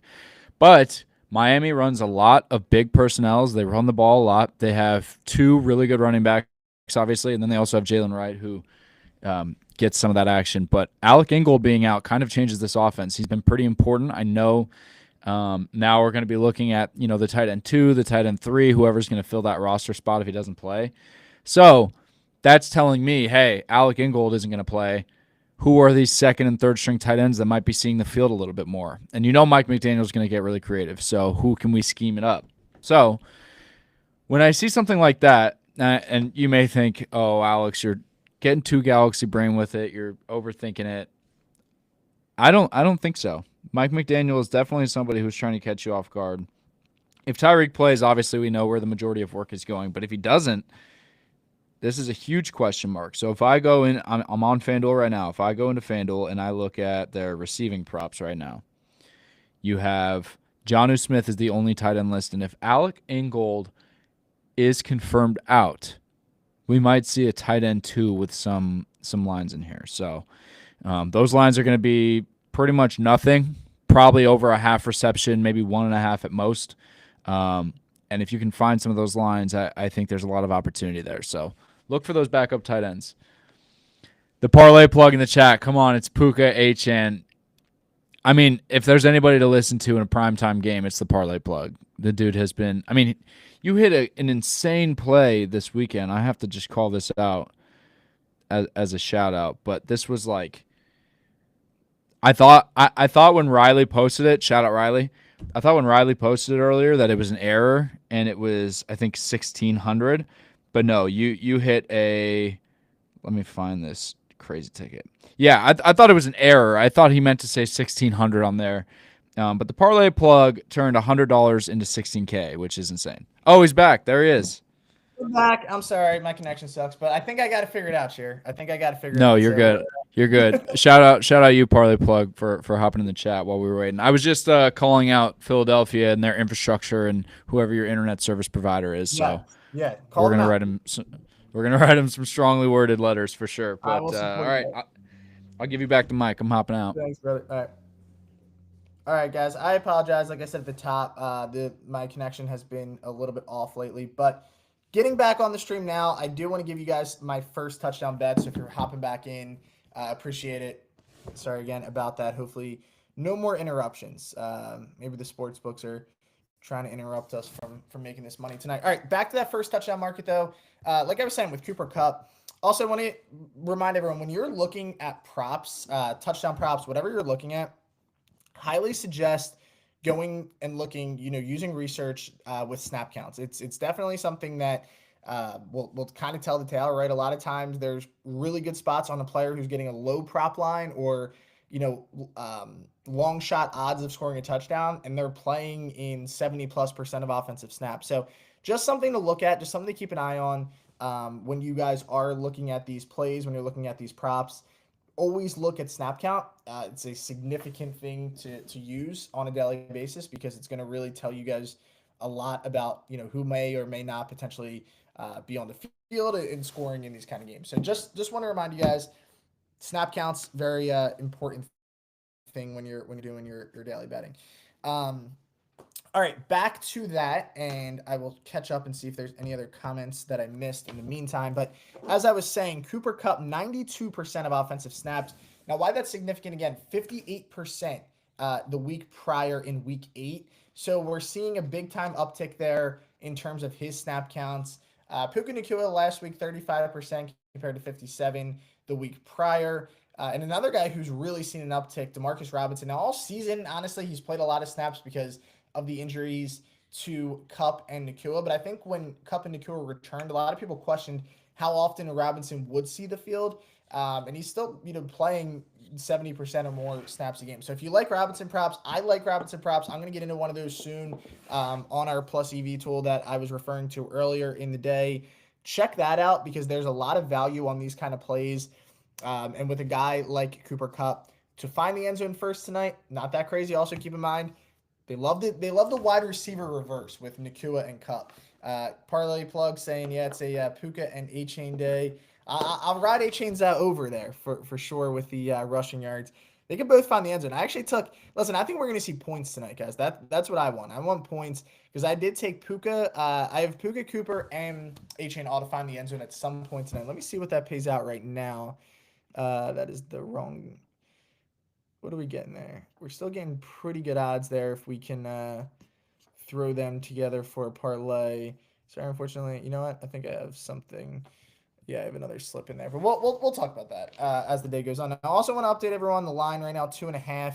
I think when we started on DraftKings, it was actually at 3, so we're seeing slight movement there in favor of Miami. But yeah, there's the first touchdown market. Some bets that I really like there for first touchdown. So if you guys are ready to ride tonight, we'll take Tyreek first touchdown, and we will also be taking Cooper Kupp. So a couple bets there for the first touchdowns, find the end zone. Now, if you guys want a really long shot play that I was looking at, and I just think the odds here of this, if you tail this, I mean lunch money on this. Tua is 25-1. Obviously, the running of Tua, a big point of emphasis is for him not to run as much lately, but I just think the value we're getting on that, a little scramble, something can break down. We're at least getting some value there compared, like Blake Corum's 25-1, or the defenses are 25-1. So in that aspect, I'd rather have the guy that I know is going to be on the field at 25-1 into it tonight. So a couple plays there you guys could lock in for. Looking at some passing props, and after this, we can talk some NBA as well. I know there's NBA games, there's college basketball tonight that we can also dive into, but a bunch of different spots that we can look at. Some props, and now I'm gonna go back actually to my plus EV tool that I was using. So let me stop sharing this and start sharing the EV tool. Let me see. Sharing my screen. Okay. All right, so back to the plus EV tool for tonight. Going to look at a couple of these props that I was referring to earlier. So for today, and we are going to go. Let me pull up the Demarcus Robinson. Okay, Demarcus Robinson here. So here we go. So again, what the EV tool will also show you is a bunch of different lines. So here we're looking at Robinson to go over 49.5. Obviously the odds there, plus 285 versus plus 220. There's also one on here for Robinson. Let me see if I can find it. 34.5 if you guys want to go a little bit lower, but there's even one I think at 20. Yeah, there it is. 29.5 for Robinson to get 29.5 receiving yards at minus 110. So I still think this is a strong play tonight. I think the Rams will lean on the passing game in this spot. I do think Robinson's going to be heavily involved. And the last couple of weeks with Puka back, Kupp back, now the one game against the Vikings, 2 receptions, both ended up being touchdowns. But last week against Seattle, 6 receptions, 94 yards, and obviously those 2 touchdowns. But his last 4 games, he scored at least 1 touchdown in 3 of them. The only game he didn't find the end zone was that game against the Raiders where he had 1 catch for 9 yards. But if you look at his stats, guys, most of this season, if you're looking at this number at 29.5, he's gone over that in every game except 2, and one time he finished with 28. So really, with the exception of that Raiders game, he's been pushing this number all season long. No reason not to go back to this tonight. If this is a prop where he's been consistent, and that's really all you could ask for over a large sample size. And as we can see, we're getting expected value of 39.33% tonight on this prop. So incredible value on this play. I think that the odds of this hitting are significantly higher. As we can see, our AI probability gives this a 72.95% chance of cashing. If you're unfamiliar with what plus EV is, that's really what we are looking at there. And as you can see here, the percentage likelihood of projection will cover the consensus line based on our AI platform. And then the implied probability, it's really what the probability from the line and the sports books are giving us, and that spits out our expected value. So you can see too, another thing that if you're looking at this, the green means that this prop has cashed, and the red meaning it did not cash. So even dating back to last season, you could see a little bit of a sample size of last season. Robinson has gone over this in 7 of his last 10 games. So ton of value tonight. There's going to be a lot of attention on Nakua. There's going to be a lot of attention on Kupp. There's going to be a lot of prop bets on both, rightfully so. Both really talented players that could go out and put up 150 each. But for Demarcus Robinson to get 30 yards, we're not asking a ton out of him here. And this game script could bode well. Remember, I think Miami wins this game. So I actually think there's a good chance Los Angeles plays this contest from behind. That's really going to open things up for a guy like Robinson to have a big game, big time performance where he can step up and deliver where we need. Also, I'm going to craft up a SGP. It was hard. I don't know if you guys faced this problem too, but I could not. I like to do them overnight for the SGPs, and I could not find them last night to where I could put one in because there was no Tyreek Hill props. Nothing was popping up for Tyreek Hill. So now we're getting more props on all these players. So we'll craft one up here on the stream toward the back end. But that was another prop I wanted to call out. Let me just scan this briefly to make sure. Now, again, if you want to stay on the Demarcus Robinson theme, you can even go at 24.5. He's gone over that number 8 of his last 10 games. Every game this year with the exception of that Las Vegas game where he had 9 receiving yards. So, again, you're paying more juice, minus 159 right now on Bet Rivers, but a lot to like in that aspect for Demarcus Robinson to kind of step things up. Tyreek Hill there under. I don't know. Any Tyreek Hill under prop scares me a little bit. Just put an article out on OddCheckerUS.com if you want to read up on the full analysis. But Tua to complete over 22.5 completions. Listen, I like this play a lot for Tua. I think the way that Miami's going to play tonight will favor this prop. I don't necessarily think they're going to play from behind a ton, which is going to force him to throw. But this is a defense that has struggled against the run, but they've also struggled on screens and shorter receptions. And as we know in the Mike McDaniel's offense, Tua's going to throw 5 to 6 screens automatically, which should be really easy completions. I think they're going to make it a point of emphasis to get the ball into Tyreek Hill's hands tonight. We know they love to use A-Chain in the pass game as well. Jalen Waddle, they have a lot of really talented receivers and playmakers that they just want to get them the ball in space. So I think this prop will bode well. Again, we're getting expected value there at 31.97%.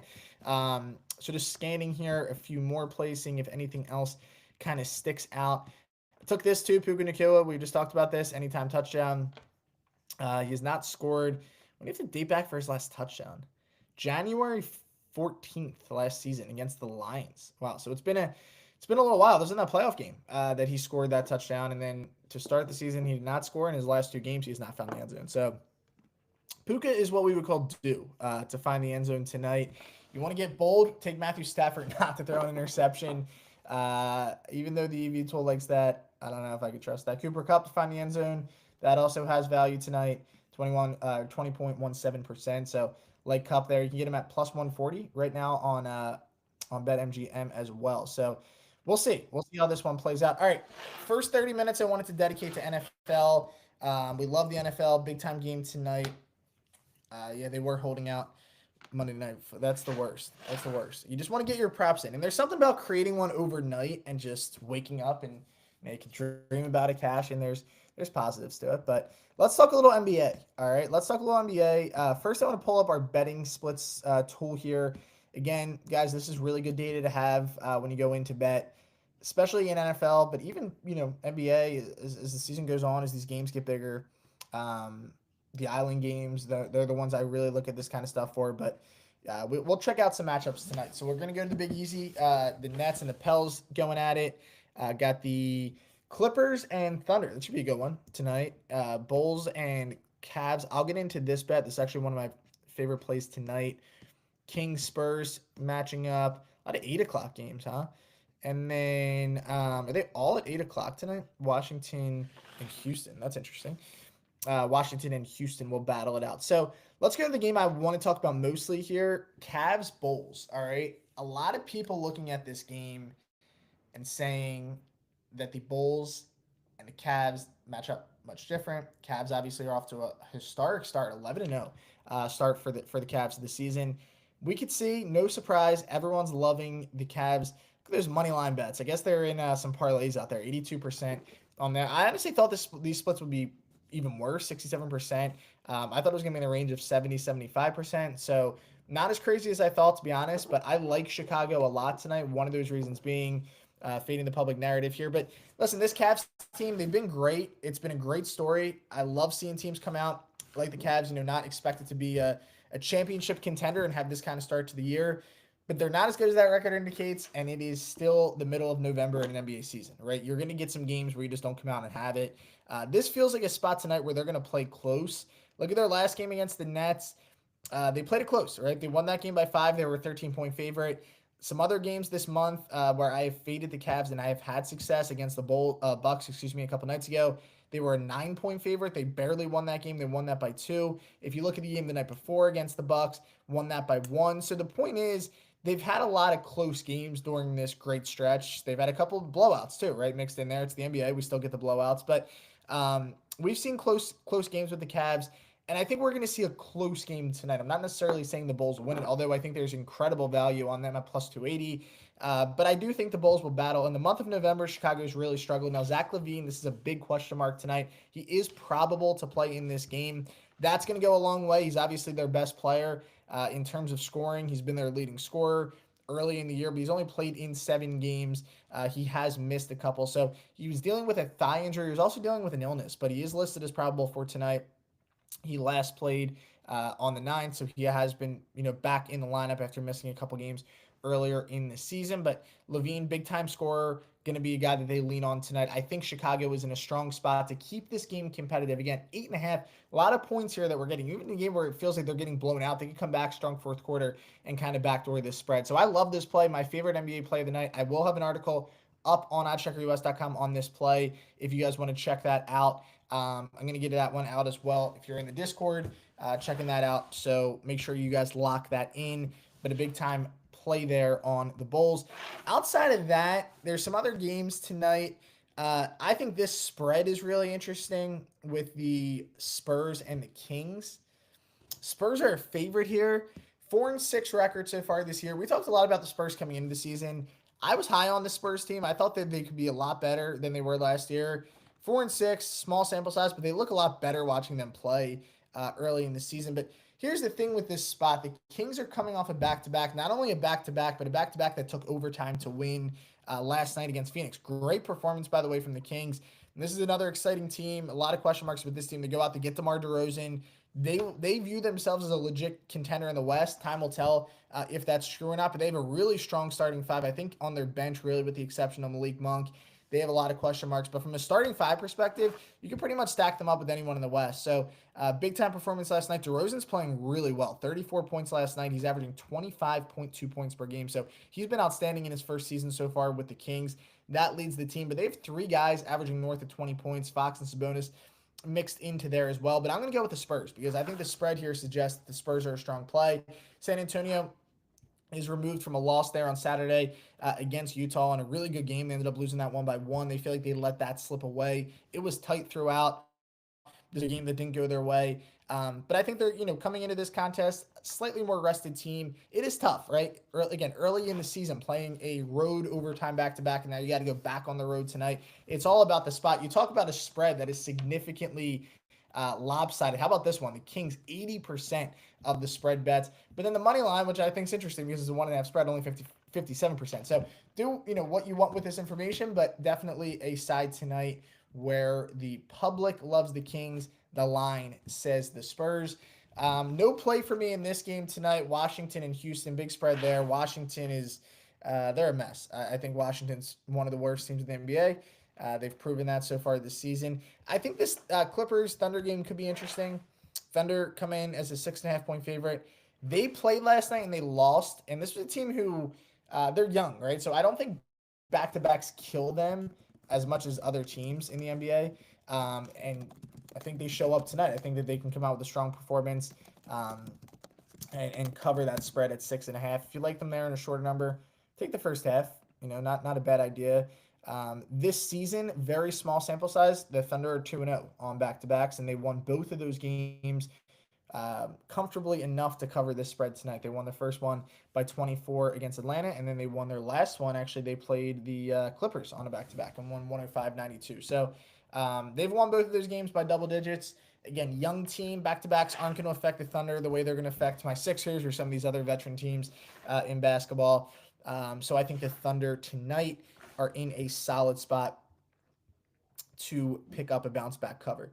Let me look through any other games that we have for tonight. And that, Lavina game time decision. 8 o'clock, right?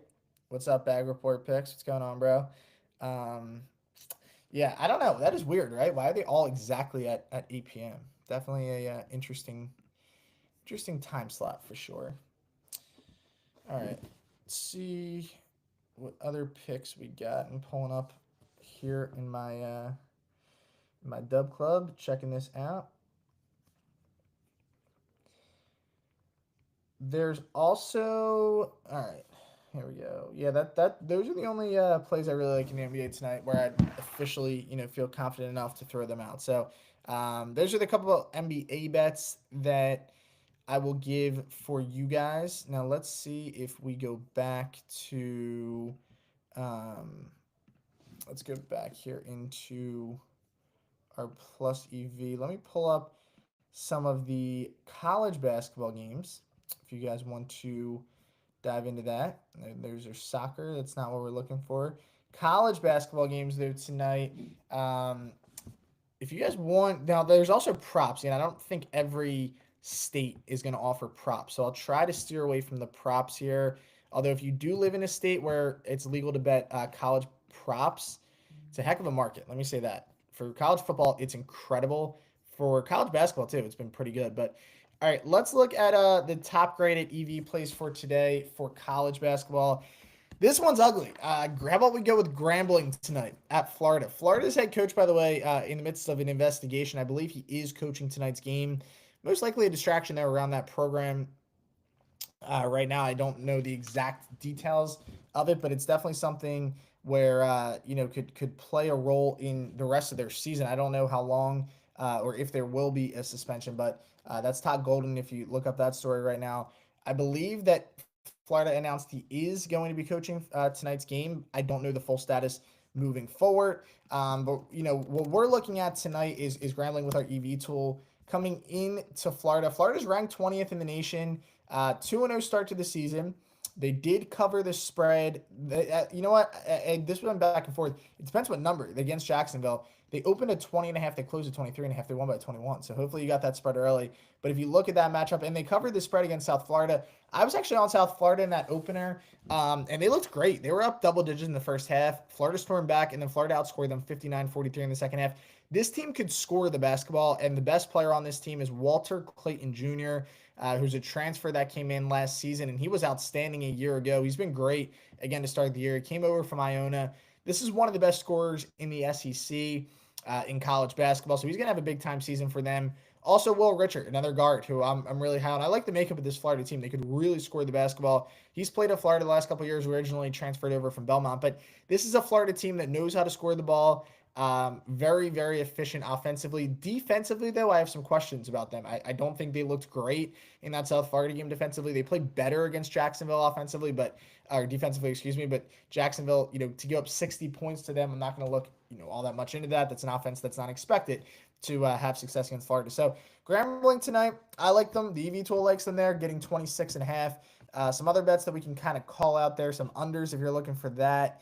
On this slate, like Chattanooga tonight at Austin P at minus 145. So if you want to go out the mocks there, early college basketball, we're getting closer to these big time tournaments, but a lot of these matchups are between big time teams, and then a lot of bye games, I guess, are going on right now. And they should be easy wins, but you never know, because we saw Villanova a couple nights ago. They lost that game where they played Columbia, and they were a heavy favorite. So you get these upsets early in the year. Maybe we will see one from Grambling tonight. Elsewhere, some other top 25 matchups that I think could be better games than people think. Yale playing Purdue tonight. I think Yale could compete. 14.5-point favorite Purdue is. This Yale team, I think they're pretty talented. They're actually coming off a horrendous loss for their standards. Their last time out, 6.5-point favorite against UIC. So that was a bad loss. I think that they can compete tonight. That one's on the Big Ten Network if you want to dive in and watch that game. But not a ton of college basketball action. The only bet that I really like tonight is Grambling, with the exception of that. Not anything that really sticks out. Marquette and Central Michigan, that could be a decent game. That's on FS1 at 9 o'clock if you're looking for action there. But nothing really sticking out to me on that slate. All right, we can briefly look in. Let me see if there's any other games that I want to talk about, just any other picks in general that I'm really liking. I'll be riding with my Flyers tonight, minus 1.5 at home, playing San Jose. I think it's a good spot for them. I know the people. It seems like the people don't love hockey around here, but I'll try to sneak in a couple minutes of hockey talk. I think with all these sports going on right now, hockey probably takes the back seat. But I know hopefully there's a few people out there that appreciate the grind of the NHL season and want to discuss some hockey picks. But let me pull back up the stream here just so I make sure I can pull it in. Yeah, Monday Night Football. Any CBB teams you're going to be? Yeah, it's still early in the season. For me to. There's always teams though. I definitely lean on as the year goes on. Like I'm more confident. A lot of veteran teams, I'd say, is what I'm looking at. Like, the Alabama. This early in the season with these big spreads, like Alabama's, UConn kind of teams that. Because right now we're laying a lot of those like 28.5, 30.5 lines. There's been a couple good games mixed in, right? A couple top 25 battles, but definitely leaning on some veteran teams right now. And as the year goes on, definitely track guys who's making you money and who's not, right? Because sometimes it does come down to that. There's teams that just work for you and don't. BYU in football this year, I cannot figure this team out now. Technically, I won my bet Saturday. I fell asleep for that game. But yeah, I fell asleep for that one, and it was it looked like it was an incredible game, but somehow, some way, they did not cover. They did not win. Utah, BYU again found a way to win. But Utah covered. Seemed like there was a controversial flag there at the end of that game. I don't know. We'll talk a little bit of college football in the last few minutes. If you guys want, we can look at the playoff picture, and I'll throw out a couple futures. It's always fun just to pull up the playoff picture and kind of look at who's in, who's out, and go from there. But yeah, so that's really it, guys, for me right now with my actual picks tonight. Hopefully you guys were able to lock some of those in. I will use the last 15 minutes or so, again, for any questions, if anyone is in this live stream right now. I know we've had about 6,000 people in over the last couple hours, so really good turnout there. Appreciate everyone who's been kind of listening along. If there's any questions you guys have on these games, feel free to just, shoot them in the comment section. Any picks you guys like tonight? I always like to hear kind of what everyone's riding with for these games. It might be SGP time, sure. I think it might be. All right, let's go SGP time. I'm going to tweet this link out again so people can hop back in. Let me see how to do this. These live streams, they keep changing the button. Let me do this. Let's just throw this together. All right, I'll build it on DraftKings because I'll let some people shuffle in. We'll build this real quick, and then if I have time, I'll try to hop in because I wanted to throw out a college football future that I really like. All right, let's craft one up here, boys and girls. Let's see if we can get a winner for the people tonight. I have a couple live SGPs already running. A couple that I've already crafted up, so we'll try to use slightly different plays. All right. I know they always change. I like the feature where you could actually share it now though. It used to be much different. All right. Let me unshare this screen and then I will reshare screen. All right, we're good. Okay, so here we go. We'll go DraftKings. Love the countdown too to the game. Always gets me fired up. All right, let's go to the picks. All right, so we'll make like a super long shot play here real quick. If you guys want to, you can mess with this. It's gonna be a long shot play. Let's see what happens. We're talking about some of those touchdown scorers earlier on. Tyreek Hill to score touchdowns, one of my favorite plays all night. We'll be safe taking his anytime. If you want to get crazy, and I'm just gonna throw this option out there for a first touchdown in your parlay. I would make one with first as well and just even if you put $1 on it, we'll see what the value comes out to. Not a bad look. So I like Tyreek to find the end zone tonight. I also love the value of Cooper Kupp to find the end zone tonight for the Rams. Now, let me see why it's telling me. I don't know why this keeps coming up. One second. Let me see if I do it on my phone too. It was being weird earlier. Kupp and Tyreek. All right. For some reason, it's telling me on the computer that it's not. These odds can't parlay together. They of course can on my phone. I just put it in. We're at plus 500 right now. Also like a big Tyreek Hill game. we're going to go a little crazy here, guys, and we're going to say Tyreek Hill puts up a 100-yard game. He's due for one. I do think the game script here will favor this play in the sense that I think it's going to be back and forth. I really don't believe this is going to be a game where either team runs away. I think both teams are going to have to continue to throw the football. Give me Tyreek at 100 plus. That all of a sudden gets us up to plus 800. Like a big time performance from him tonight. We're going to stay on the wide receiver theme, right? We're going to interchange this one with Kupp, and we're just going to take Kupp for a simple 70 yards. He doesn't even have to do anything too crazy tonight. That's going to get us all the way up to 11-1 odds. And then where we're really going to go and make this thing crazy is we're going to go back to the rushing props that I was looking at, and we're going to take Devon A-Chain here.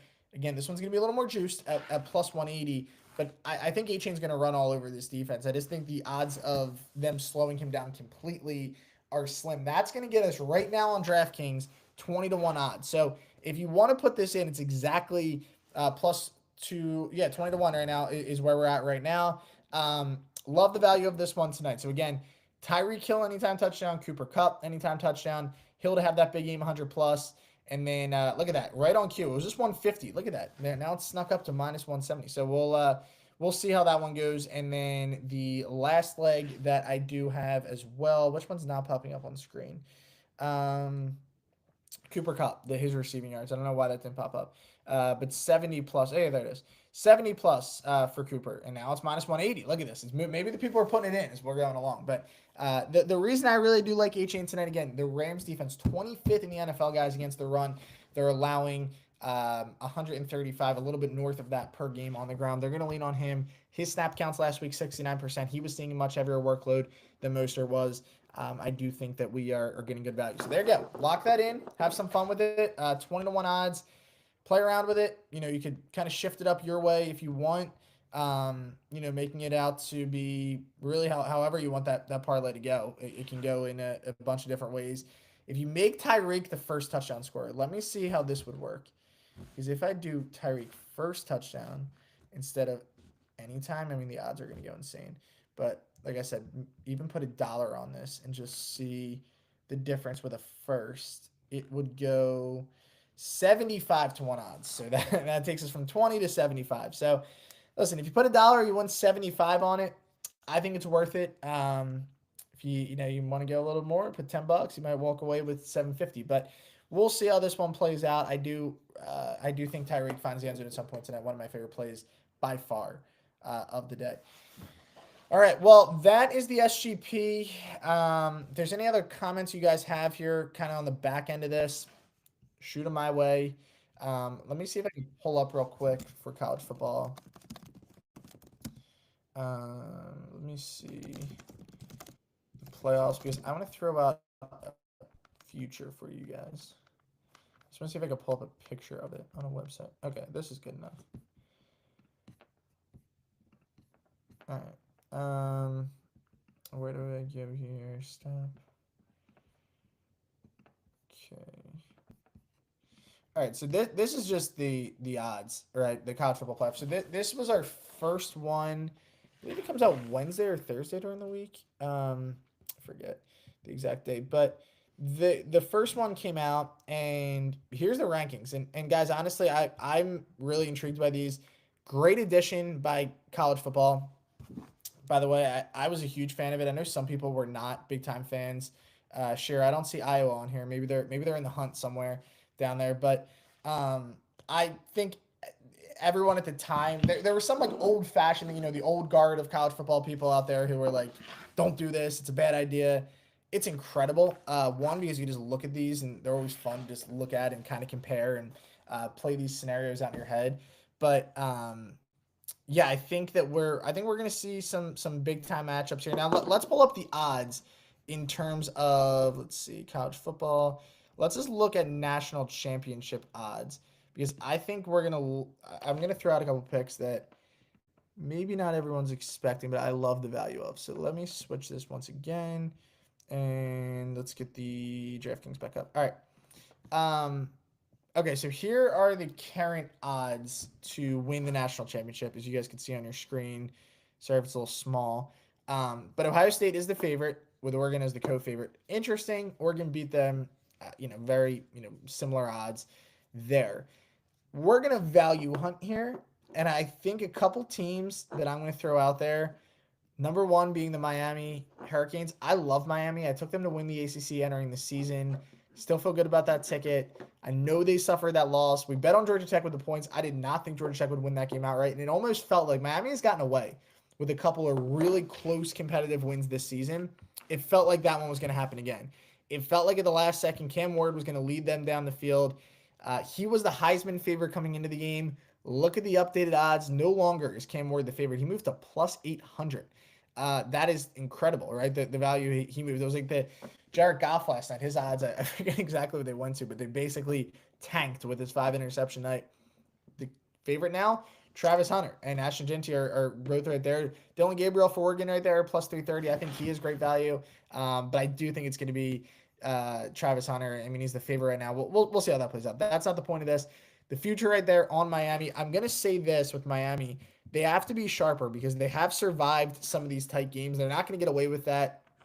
They moved all the way down to 12th in the rankings. They were 4th. They're all of a sudden on the bubble. They have zero margin for error moving forward. They have to be sharp every single game from this point moving forward. And if you look at their schedule from here out, they play a bad Wake Forest team. They're going to win that game. They play Saturday at home. Last game of the season, I love this Syracuse team. I've liked them a lot all season. They're 6-3.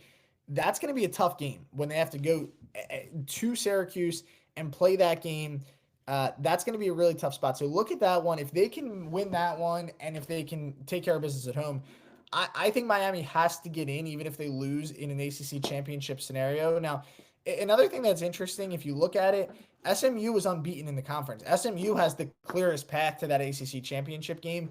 If they run the table, they're ranked 13th right now in the nation. If they run the table and win the ACC championship, a lot could happen there.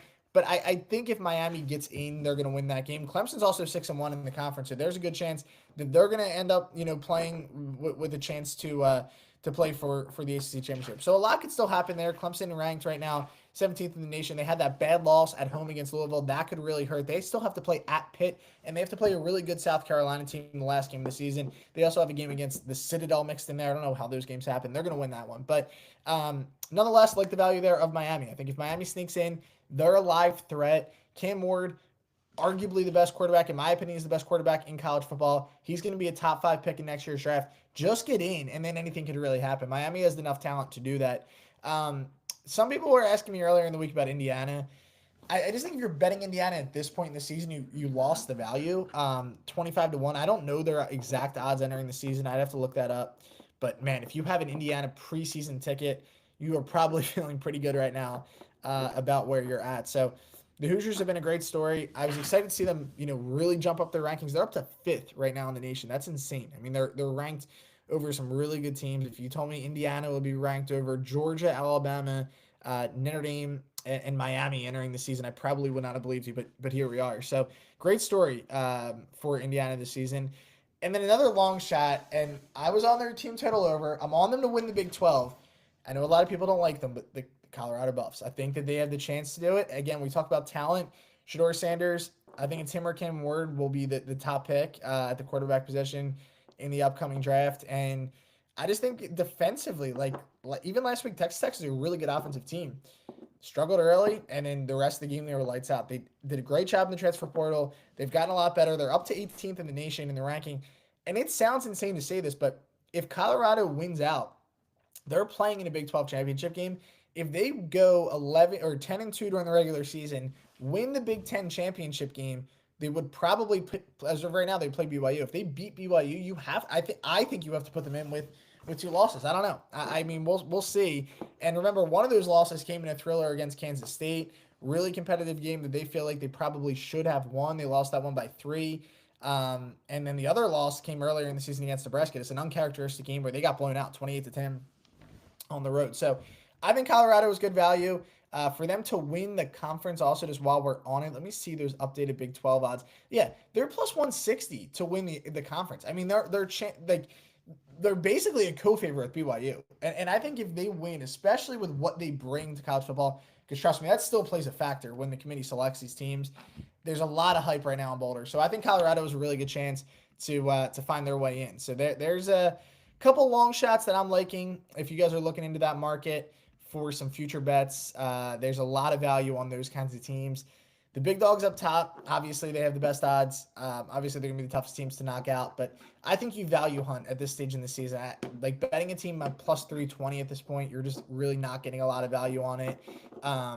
Maybe, a team like Georgia or Bama, you could get them at 800 because entering the season, I think everyone thought that they were going to be in, but Georgia and Bama are definitely, they might have more of the value than obviously going to Ohio State or Oregon, where you're actually getting worse odds than you would have entering the season. So there are some bets, guys. Hopefully that breaks it down pretty good for you. And I hope you guys got a lot of value out of this. Had a lot of fun hopping on the last hour with you guys. Had a lot of people hop in the stream. Again, I really appreciate you guys taking the time to hop in. Was watching Zeke before this. He did an outstanding job. I know there's going to be a bunch of creators, DubClub creators on all week long. So make sure you guys are tuning in to these as often as you can. I'll be joining, as a guest on Mondays. And there's a lot of value that you guys can get from these. If you want to check it out, I am offering right now a free trial on DubClub, which I believe will be linked under this video until November 15th. I'm, always trying to do as many free trials as I can. You guys can get into the Discord, see how you guys like it, and hopefully it can help you guys out and make some extra money. So check that out as well. Again, make sure you guys are continuing to check out these streams. I watch all of them. There's so many talented creators and handicappers on this platform. So make sure you guys take it all in. And hope everybody has a great rest of their Monday, and we'll see you guys soon. Appreciate you, Matt. Yeah, you can hop off whenever. I'll close it out for you. All right. Yeah, appreciate it. Yeah, I'll see you this week. Yeah, I'll see you Thursday night. All right, guys. Yeah, like Matt said, he's got a free trial right underneath the stream. It's free until November 15th, so that'll obviously get you through Thursday night football. He talked about it on here, but a bunch of NHL action, even though I don't know how many people watching right now are super into the NHL. But college basketball, NBA, 2 NFL games, all for free through the 15th. It's insane value. You just listened to this guy for the last hour or however long you were in here, show a little bit of what he's about. Just an incredibly talented handicapper, very good analysis. Next time, if you guys want him to go over some more plays that you're considering taking, leaning into, just drop him in the chat and he'll give his feedback. Also, a special shout out to Zeke. Zeke is another guy where, you see both, Dead Press Picks and Zeke go through their process on a live stream like this, and you really realize the difference between somebody who's just giving plays out and somebody who's making this their entire life. Some of the language, some of the strategies, some of the tools, most people are not using, and most people are also not using effectively, and those are two guys who know how to do it. So we'll be live every weekday, 2 to 4 Eastern, 1 to 3 Central, obviously. Appreciate everybody who was in this stream. Looks like we're topping out at about 7,000 viewers throughout the live. That's awesome for our first day doing it. We expect big numbers, and we expect a lot more coming through the end of the year. But again, I appreciate everybody on here. There's a free trial to Prop Geek Zeke's DubClub right underneath the tweet with his tag, and then there's obviously the free trial for Dead Press Picks right underneath the tweet with his tag. So appreciate you guys. We will be live again tomorrow at the same time, and thanks for the support. See you soon.